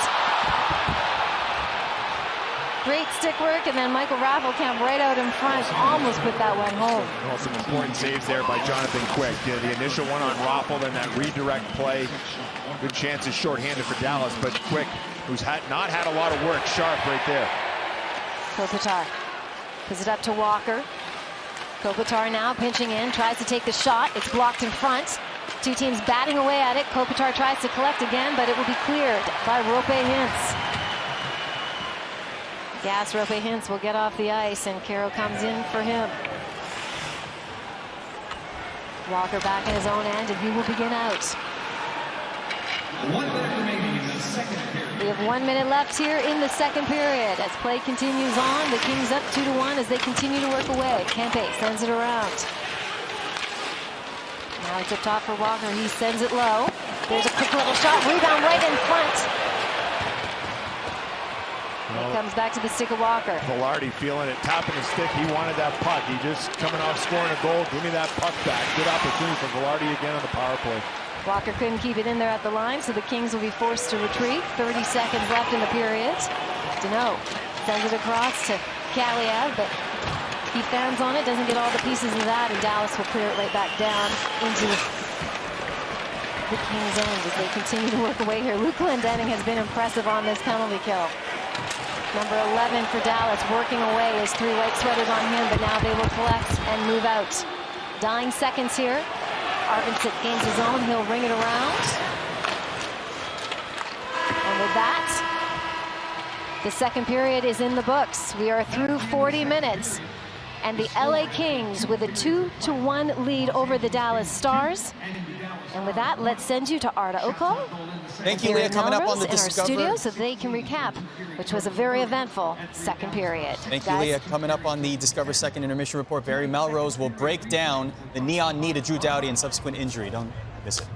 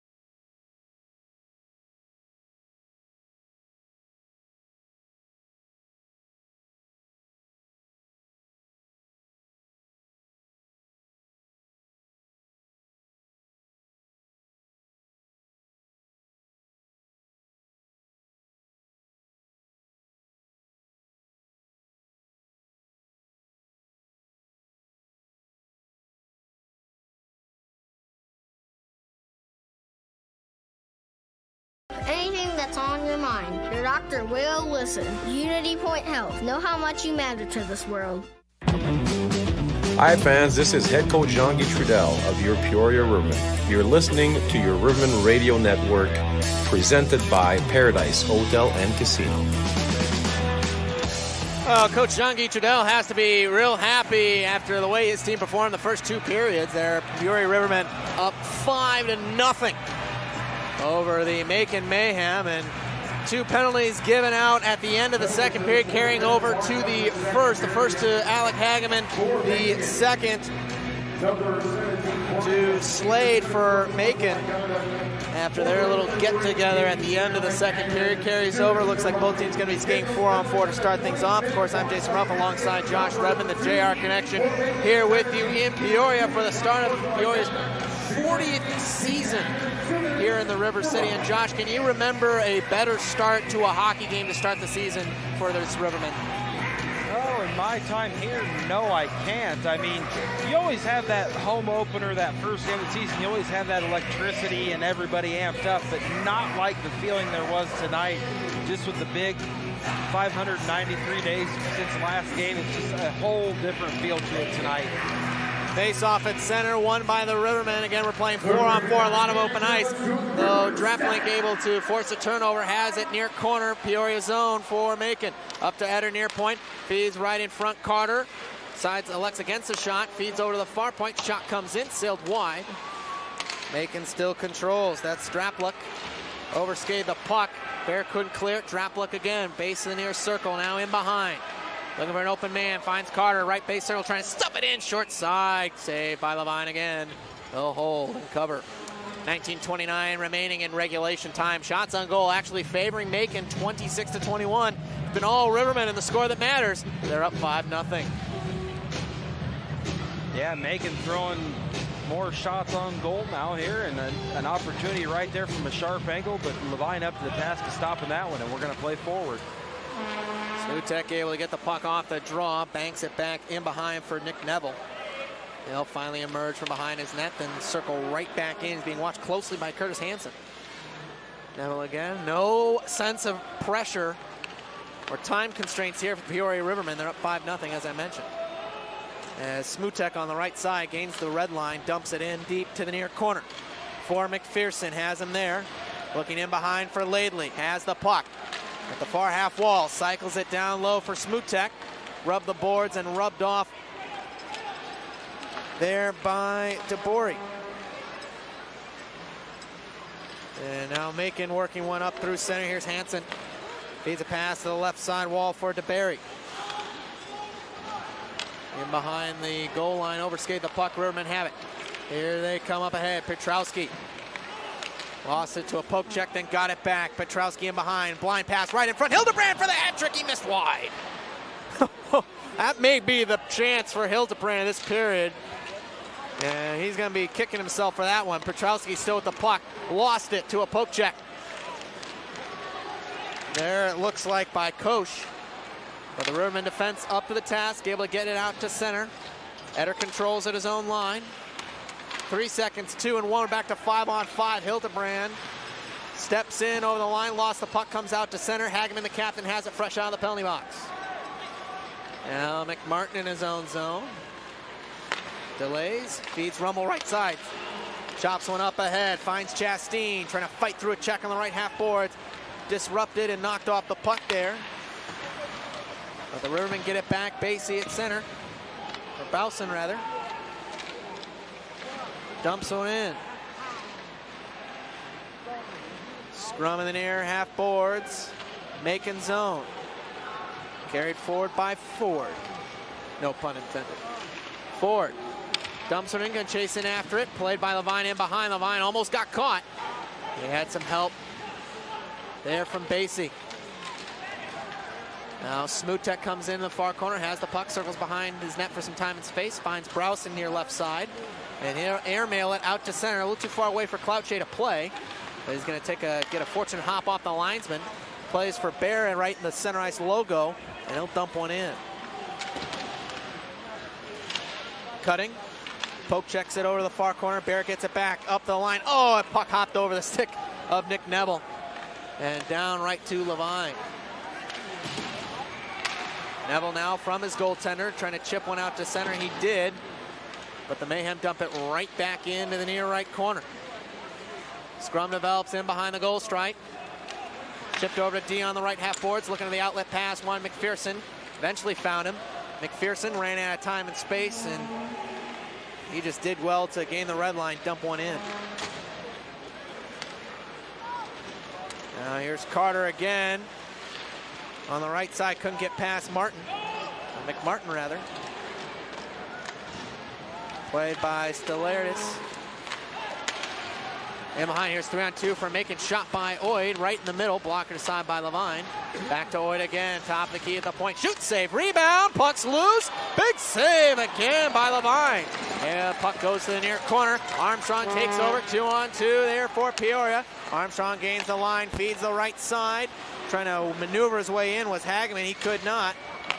Sent out to center there for J.M. Petrowski to take over. And he dumps it in as he was given a shoulder there from Kyle Soper. Plays up the line. Smutek, a drive from the far point, deflected wide. Up comes right to Neville, pinching in the near half boards. Backhanded in around the far corner. Soper's there defensively for Macon, trying to get up the far side wall and out to center. Smutek back to Neville in his own zone. Indirect pass near left boards. Finds the captain Hageman. He deflects one in. And the Rivermen complete a line change. 15 minutes to go in regulation time. All Peoria 5-0. Batter in his own zone. Looking at indirect pass. Missed the mark. Is this going to be icing? Yes, it will, as Rumble will win the race. And we're going to step aside for immediate timeout. 14:50 to go in regulation time. It's all Peoria. They lead at 5-0. We'll be right back after this here on the Rivermen Radio Network. Stay at the Comfort Suites Peoria, where you will find a world of wonder across the street from the ordinary. Great location, service, and stay. Everything right where you need it. Attention Rivermen fans, Landmark Recreation Center has partnered with the Peoria Rivermen to make the Bullpen Sports Bar the official watch party host. The Bullpen Sports Bar will air live all of this season's away games. The Bullpen is a spacious and friendly facility that features large TV screens, an in-game sound system, private rooms, and a variety of bar and video gaming games. With our one-of-a-kind features, food and drink specials, we ensure the best sports bar atmosphere in town. The Bullpen Sports Bar and Grill is located inside Landmark Recreation Center, 3225 North Trees Lane, Peoria, Illinois. Like us on Facebook. View our food menus, specials, and upcoming events at landmarkrec.com. From us here at the Bullpen, we would like to say, go Rivermen! Hey Rivermen fans, this is Skylar Smutek. You're listening to the Rivermen Radio Network, presented by Paradise Hotel Casino. Offensive zone draw won by Peoria. Didi pass to Basie, dumps it in deep to the round of the far corner. Macon trying to get the puck back, work the breakout. Unable to get it past Nate Chastain at the far point.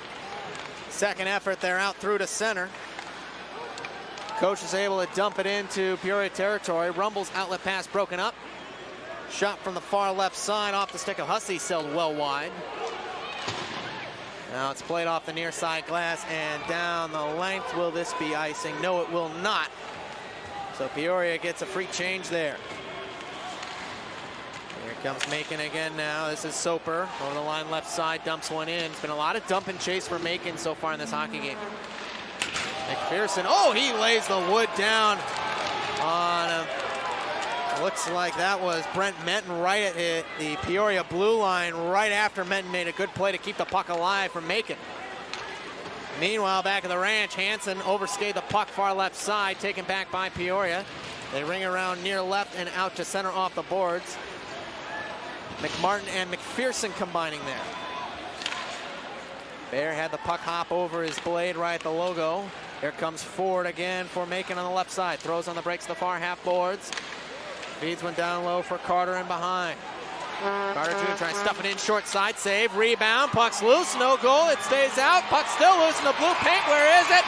Still no whistle, and finally we have it, and now some pushing and shoving right in the goal crease, as somehow, some way, Eric Levine was able to keep that puck from crossing the line. How did he do it? I will never know. I have no idea, but Eric Levine was absolutely standing on his head, literally and figuratively, in that sequence right in front of him as he stopped the initial shot, let it rebound out, as we're seeing the replay up on the video board right now. Yeah, kicked that leg out. Kicked that leg out the last second. Half his body was behind the goal line, and then he was able to jump on the puck. Kind of did a little Corey Crawford impression, using that back leg, sticking in the back of the net, able to use that as a base to propel himself forward and grab that puck. Some pushing and shoving after the fact, winds up going against the Rivermen, and Cody Dion going to have a seat in the penalty box. And that is going to be the first power play of the period for Macon, 5th of the game. We've seen Macon's power play gradually get better over the course of this game continues. Probably biggest test of the night here for this Peoria penalty kill unit. Yeah, Cody Dion going to have a seat for that melee in front of Eric Levine, and Macon going to the power play for the 5th time tonight. So unsuccessful thus far, and we're going to see how this goes in 2 minutes or less. At the same time, I have no problem with him standing up for his goaltender. I mean, the Mayhem were swarming Eric Levine, trying to force and will that puck in. Even though it might not do much, even a single goal for the Mayhem would do wonders, you'd have to think, for their confidence. Remember, there's another game between these two tomorrow night, as the Rivermen win the draw, lately able to sweep that one down deep into Macon territory. And that'll force the Mayhem to start and march the whole 200-foot length of the ice. Here's Menton over the line, right side, fires, missed the net high. Following through, Carter sends it in behind. Play there to Laidley, left side, off the boards and down the length of the ice. Good play by him. Even better feed there from Alex Basie.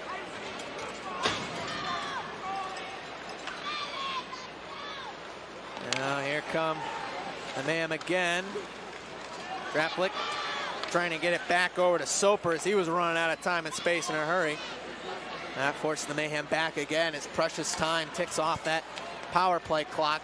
Minute 8 to go on the man advantage for Macon. Oh, and Carter is spun out, a massive open ice hit there by McPherson.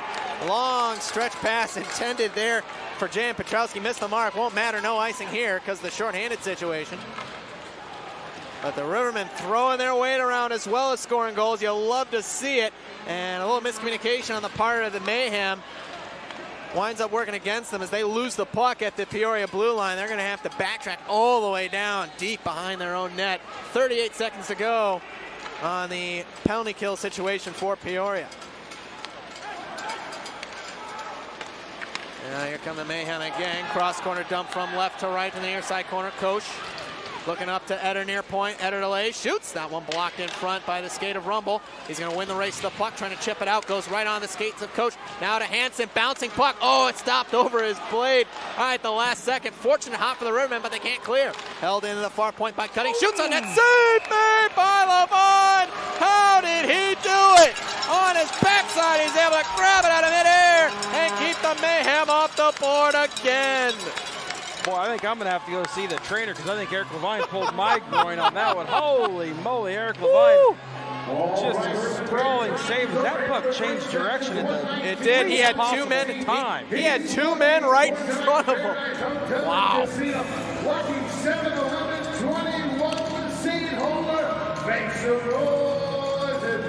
Face off will be to the right of Levine. 9 seconds to go on the Macon power play.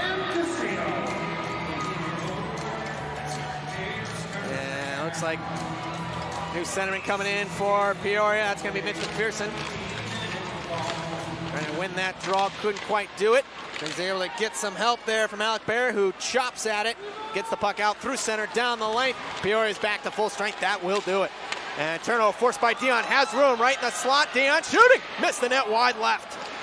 Rebound in behind. Goes to Dion, far corner. Looking in behind for Bear now. Feeds right for McMartin. A shot blocker save made by Stelatis. Loose puck right the side of the crease. Couple sticks collide. The puck jumps up into the air, drops down in behind the net. And it's taken back by Caleb Ford. And Macon Mayhem are out through to center. Ford up ahead, 3 against 3. Ford over the line, left side, base of circle. Good back check by J.M. Petrowski, able to dispossess Ford from the puck and get it out of harm's way. This is Oid in his own zone. Lofts one out to center. Glove down, right to his stick for Basie. Now Petrowski right side. Fights through a check. Half board. Trying to feed out in front. Oh, he was looking point blank right at the doorstep there for Basie. He just chipped it high. Now DeBerry on the right side. Lost the puck there to Armstrong. And the Rivermen force the Macon Mayhem back deep in their own zone again. Oh, and a big hit at the far side. Petrowski's upended there by Oid. And Petrowski and DeBerry having words. Meanwhile, Hageman in behind the offensive zone net to the near side half boards. Circles the wagons. His pass looking for Smutek. It wound up going out it to center. So the Rivermen have to reset and dump the puck in deep. 9:38 to go in regulation time. All Peoria 5-0 shots on goal, 29-23 in favor of Macon. Oid on the left side, dumps it in on goal, no icing, and Eric Levine going to take a whistle. And we're going to step aside for a brief media timeout. When we come back, 9:26 to go in regulation time. Peoria looking for their first win of the season to start off 1-0. When we come back, you're on the Riverman Radio Network.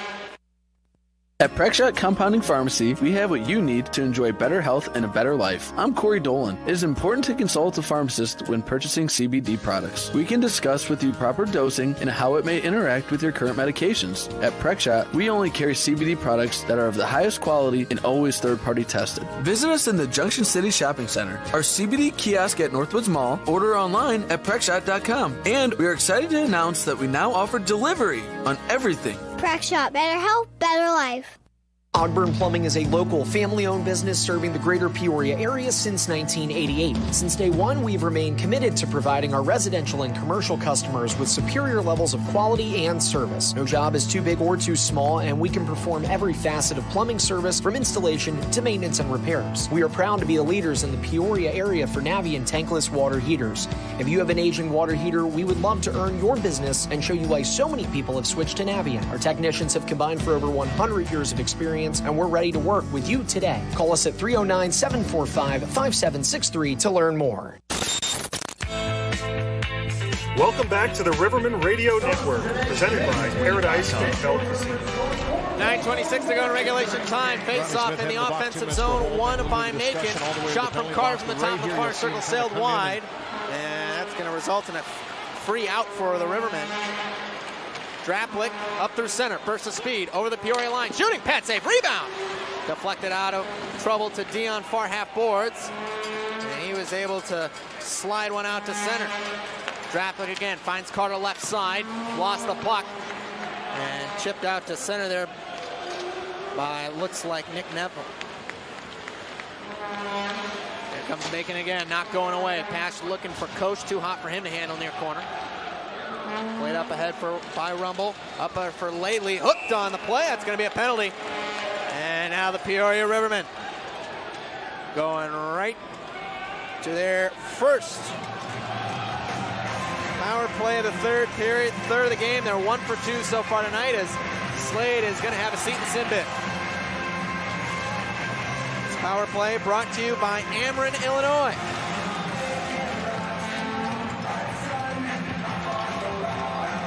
Face-off upcoming will be to the right of Michael Stilatus. A draw, won by the Riverman, Neville. Plays catch with Hagman, Neville to Laley, top near circle, back to Hageman. He shoots, fought off there by the shoulder of Laley, and the puck deflects into the protected netting and out of play.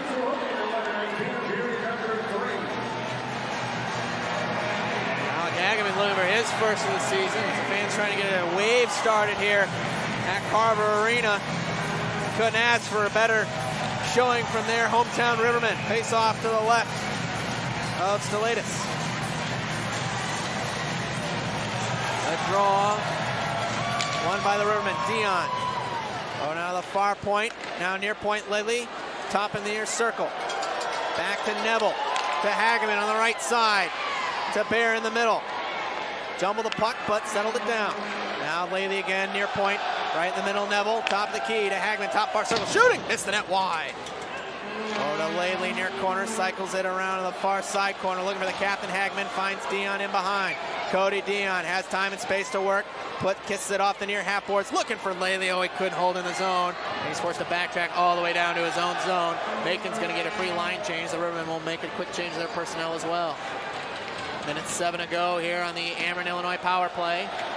Pass to the right side, finds Hageman. Pass behind Laley, but catches up to it. And he chips one in. Puck rings around to Hildebrand on the far half wall. Cycles it to Rumble, far point. Rumble teased up, fires! Pet save there by Stalatis.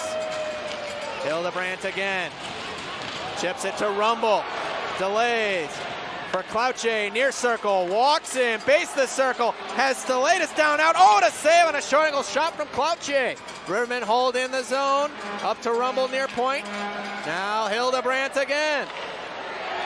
Now the near half wall. Clouche to Rumble. Back to Clouche, near left half boards. Clouche waits. Drifts to the near side corner.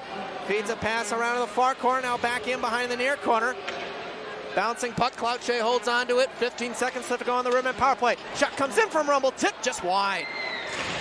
And the Mayhem clear the zone. That may do it unless the Rivermen quickly get a pass up from Levine. He's trying to feed one up ahead forward. Got to the blue line. Petrowski, but he's going to decide discretion's the better part of valor. Circle back, make the safe play. Macon's back to full strength. And now a turnover. Forced by Macon. Here's DeBerry over the line, right side. Base of circle. Drops for a shot by Boyle. Deflected up to the glass to the far side corner. Now DeBerry, top of the far circle. Feeds down low. Now back up to the far point. Now near point, Eder. Eder fires. Blocked in front again. Petrowski with it, delays, feeds one up for Basie. Over the line, 2-on-2. Basie walks and shoots. Oh, I might got a big of a blocker of Stalatis there. Now around to Boyle, far corner. Taken back there by Eder. Over the line, right side, top of the circle, trying to shovel one toward the net. Band on it. An easy glove save by Levine, and he'll hold and cover. And a little bit of a get-together right in front of the net of Peoria. 5:54 to go in regulation time. The Peoria Rivermen circling in, closing in on their first win of the season to start this 40th anniversary year off with a 1-0 start. They're up 5-0. Shots on goal in favor of Macon still, 32-24. Face-off upcoming. Will be to Levine's left.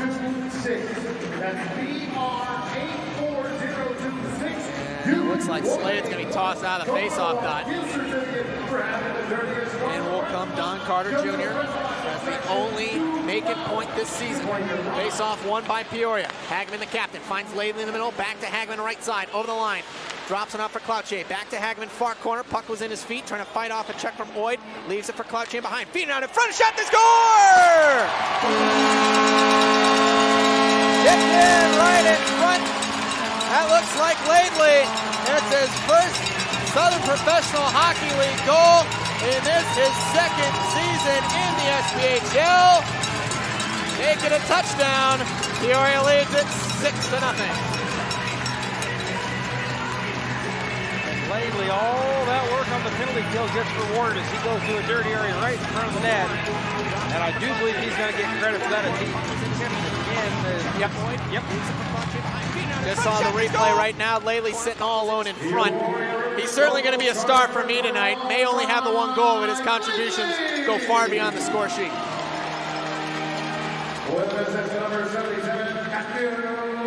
Macon in their own zone trying to get reset. Pass broken up. J.M. Petrowski has the puck. Delay trying to backhand pass blindly into a wall of red uniforms. And it's cleared off the stick of Koch and out to center. Browson controls.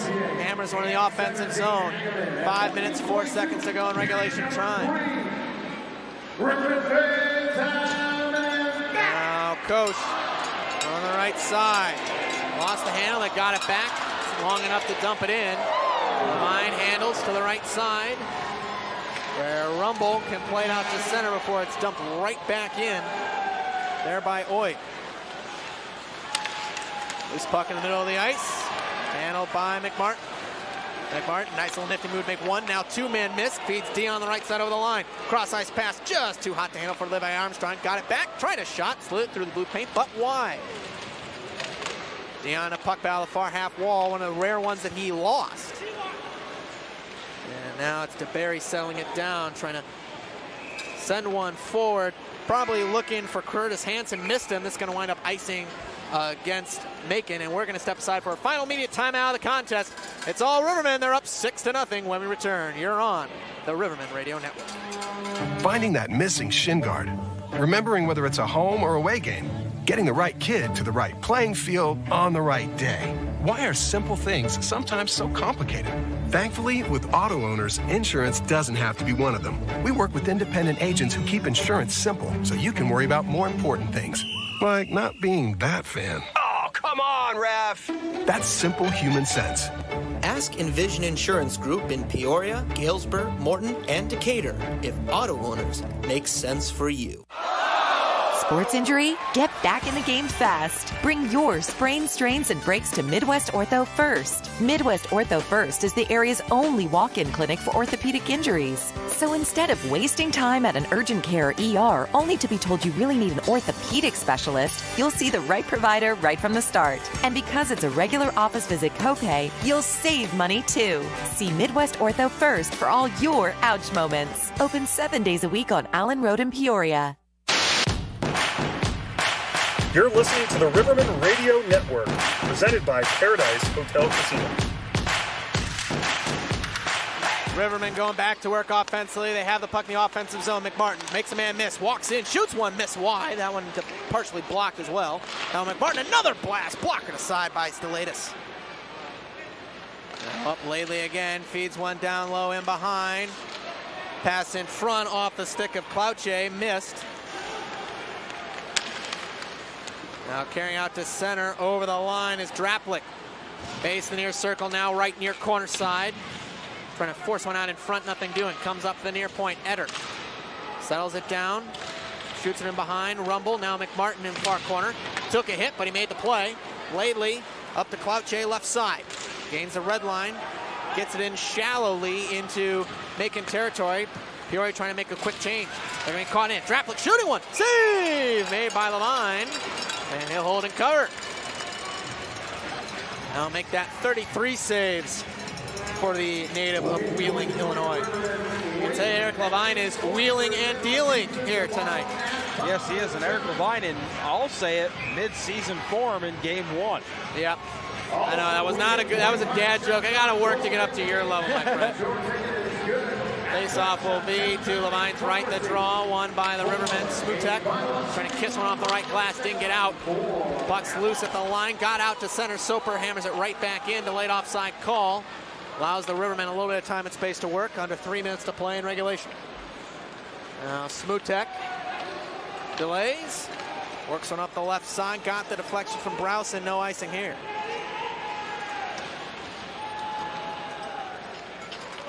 Played in behind by Soper. Long pass up through the middle, looking for Koch. That pass too hot to handle. Going to go quickly in on the forecheck, trying to get that puck back. Played in behind here. Hussey near corner has it for Macon. He's quickly pinned to the boards. He's able to swing it up to the near half wall. Up the line. Meant to drive. Deflected wide. Oh, now the far point right in the middle. Boyle delays from this far face-off circle. Shooting one save. Rebound. Another save there by Levine. Point blank. Rebound to the far side half wall. Hildebrandt couldn't clear. In behind it goes for Ford. Now near corner. Up to the line. Menton. Delays. Fan on the shot. Browson trying to kick it out. Could not get to center. Held at the line by Alves. Now looking for Koch in the middle. They had it poke checked away from him over to the near side corner. Macon now starting to buzz. But Browson gets it back, lofts one out to center. The Rivermen have a little bit of time and space to make a change. They will. Swiderski carries in, but has to vacate due to a delayed offside call. And the Rivermen will control. This is Neville. Minute 26 to go in regulation time. And this puck lofted all the way up, actually hit the center scoreboard. So we automatically have a stoppage. Well, this gives us just enough time to preview tomorrow night's matchup. This is game 2, the last game between these two opponents on the season. As it looks like the Rivermen will be going for the sweep tomorrow night against the Macon Mayhem. Face-off is set for 7:15 p.m. here at Carver Arena. We'll be on the air at 7 o'clock. right at the top of the hour. It is Stick of the Cancer night, so the Rivermen will be wearing some alternate white uniforms. They'll be auctioned off at the conclusion of tomorrow's game. Hope you can join us. Peoria wins this draw to the right of Levine, able to get out through center. Here's Clouchy over the line in the right half boards. Trying to sauce a pass over into the middle. That one broken up there by Carter. And he'll loft one, airmail it all the way to the offensive zone. Goes right to Eder, far corner. Circles back, trying to center one, missed everyone. Taken back by Clouchy. Now the final minute of play here in regulation time. And all is academic here in Peoria. Long pass up ahead, finds the captain. Hagman has some room over the line, right side, fires, whoops! Saved by Stelatis. No hold on. Alec Hagman still looking for his first goal. He's been well involved in the offense tonight, Josh. Just hasn't been rewarded with pay dirt. No, he doesn't have a goal. He does have an assist on that 6th goal. But Alec Hagman looking for that goal and hitting his favorite spot just inside the circle and snapping it. But up to the task there was Stiliadis. Face-off will be to the left of Stiliadis. A draw, won by the Rivermen. Smutek drive, another glove save by Stiliadis. He's been flashing that leather. Something to keep an eye on, certainly for tomorrow night. Stiliadis has that quick glove, and I'd be shocked if he does not get the start tonight. The way he rebounded after that first goal he gave up on the first shot. Absolutely, that was an absolute weapons-grade shot from Smutek. And snared there by Stiliadis. A draw, again won by the Rivermen, again to Smutek. He shoots one this time wide, perhaps intentionally. Trying to get in the near side corner. That's J.M. Petrowski. Trying to backhand it in deep to the near corner. Has Armstrong in behind, 30 seconds to play. Rivermen going for the extra point, so to speak, makes this 7-0. And the Mayhem get the puck back, get it out ahead through to center. Here's Hansen over the line. Shovels it towards the net.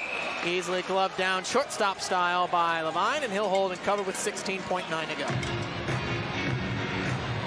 Eric Levine making that save, just cool as a cucumber right there. They have 16.9 ticks left here in this contest. The Rivermen rather up 6-0. Face-off upcoming will be to Levine's left. The draw. One back to Rumble. Trying to kiss one off the glass. Took a funny hop off the stanchion. Alves a shot. Shanked it wide right. Puck down to the far side corner. Dion will chip it out to center. 5 seconds to go. It's going to be hammered right on net from the center ice by Hathan Lloyd. And for the first time this season, that's a win for the Rivermen. As the Peoria Rivermen start off their 40th season right with a 6-0 domination victory over the Macon Mayhem. And Eric Levine, 35 saves to record his first shutout of the season. That is his 5th in a Peoria Rivermen uniform. Overall, Josh, an excellent team performance, I think, from Peoria. Yeah, and we talked about it. It got started at the 3-minute, second mark of the first period. They never let their foot off the gas. Just kept going and going and going, and they were rewarded. They stood up and shot victory here in game 1. And I also want to recognize the fans that came out, provide a raucous atmosphere for the home opener. First time they've seen hockey in over 590 days. They were absolutely electric. It was an overall great night for this organization, for the city of Peoria, and a great win to start off the season. Nothing better when starting off 1-0. Absolutely. What a statement here made in game 1, and we're going to see more of this probably tomorrow night as the Rivermen. I'm sure John Dietrich's going to say, hey, we're going to just keep doing the same thing we did tonight, and we're going to see how it pays off. We're going to get the 3 stars here. We're going to see who stood out. Let's take you downstairs now for the 3-star selection. 3 stars of the game. Tonight's number 3-star with 1 goal and 1 assist for number 21, Michael Bacon.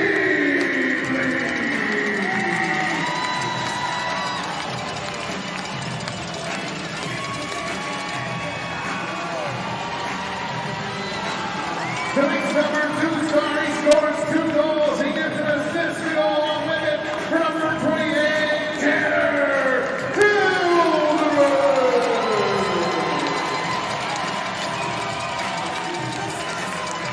Hildebrand.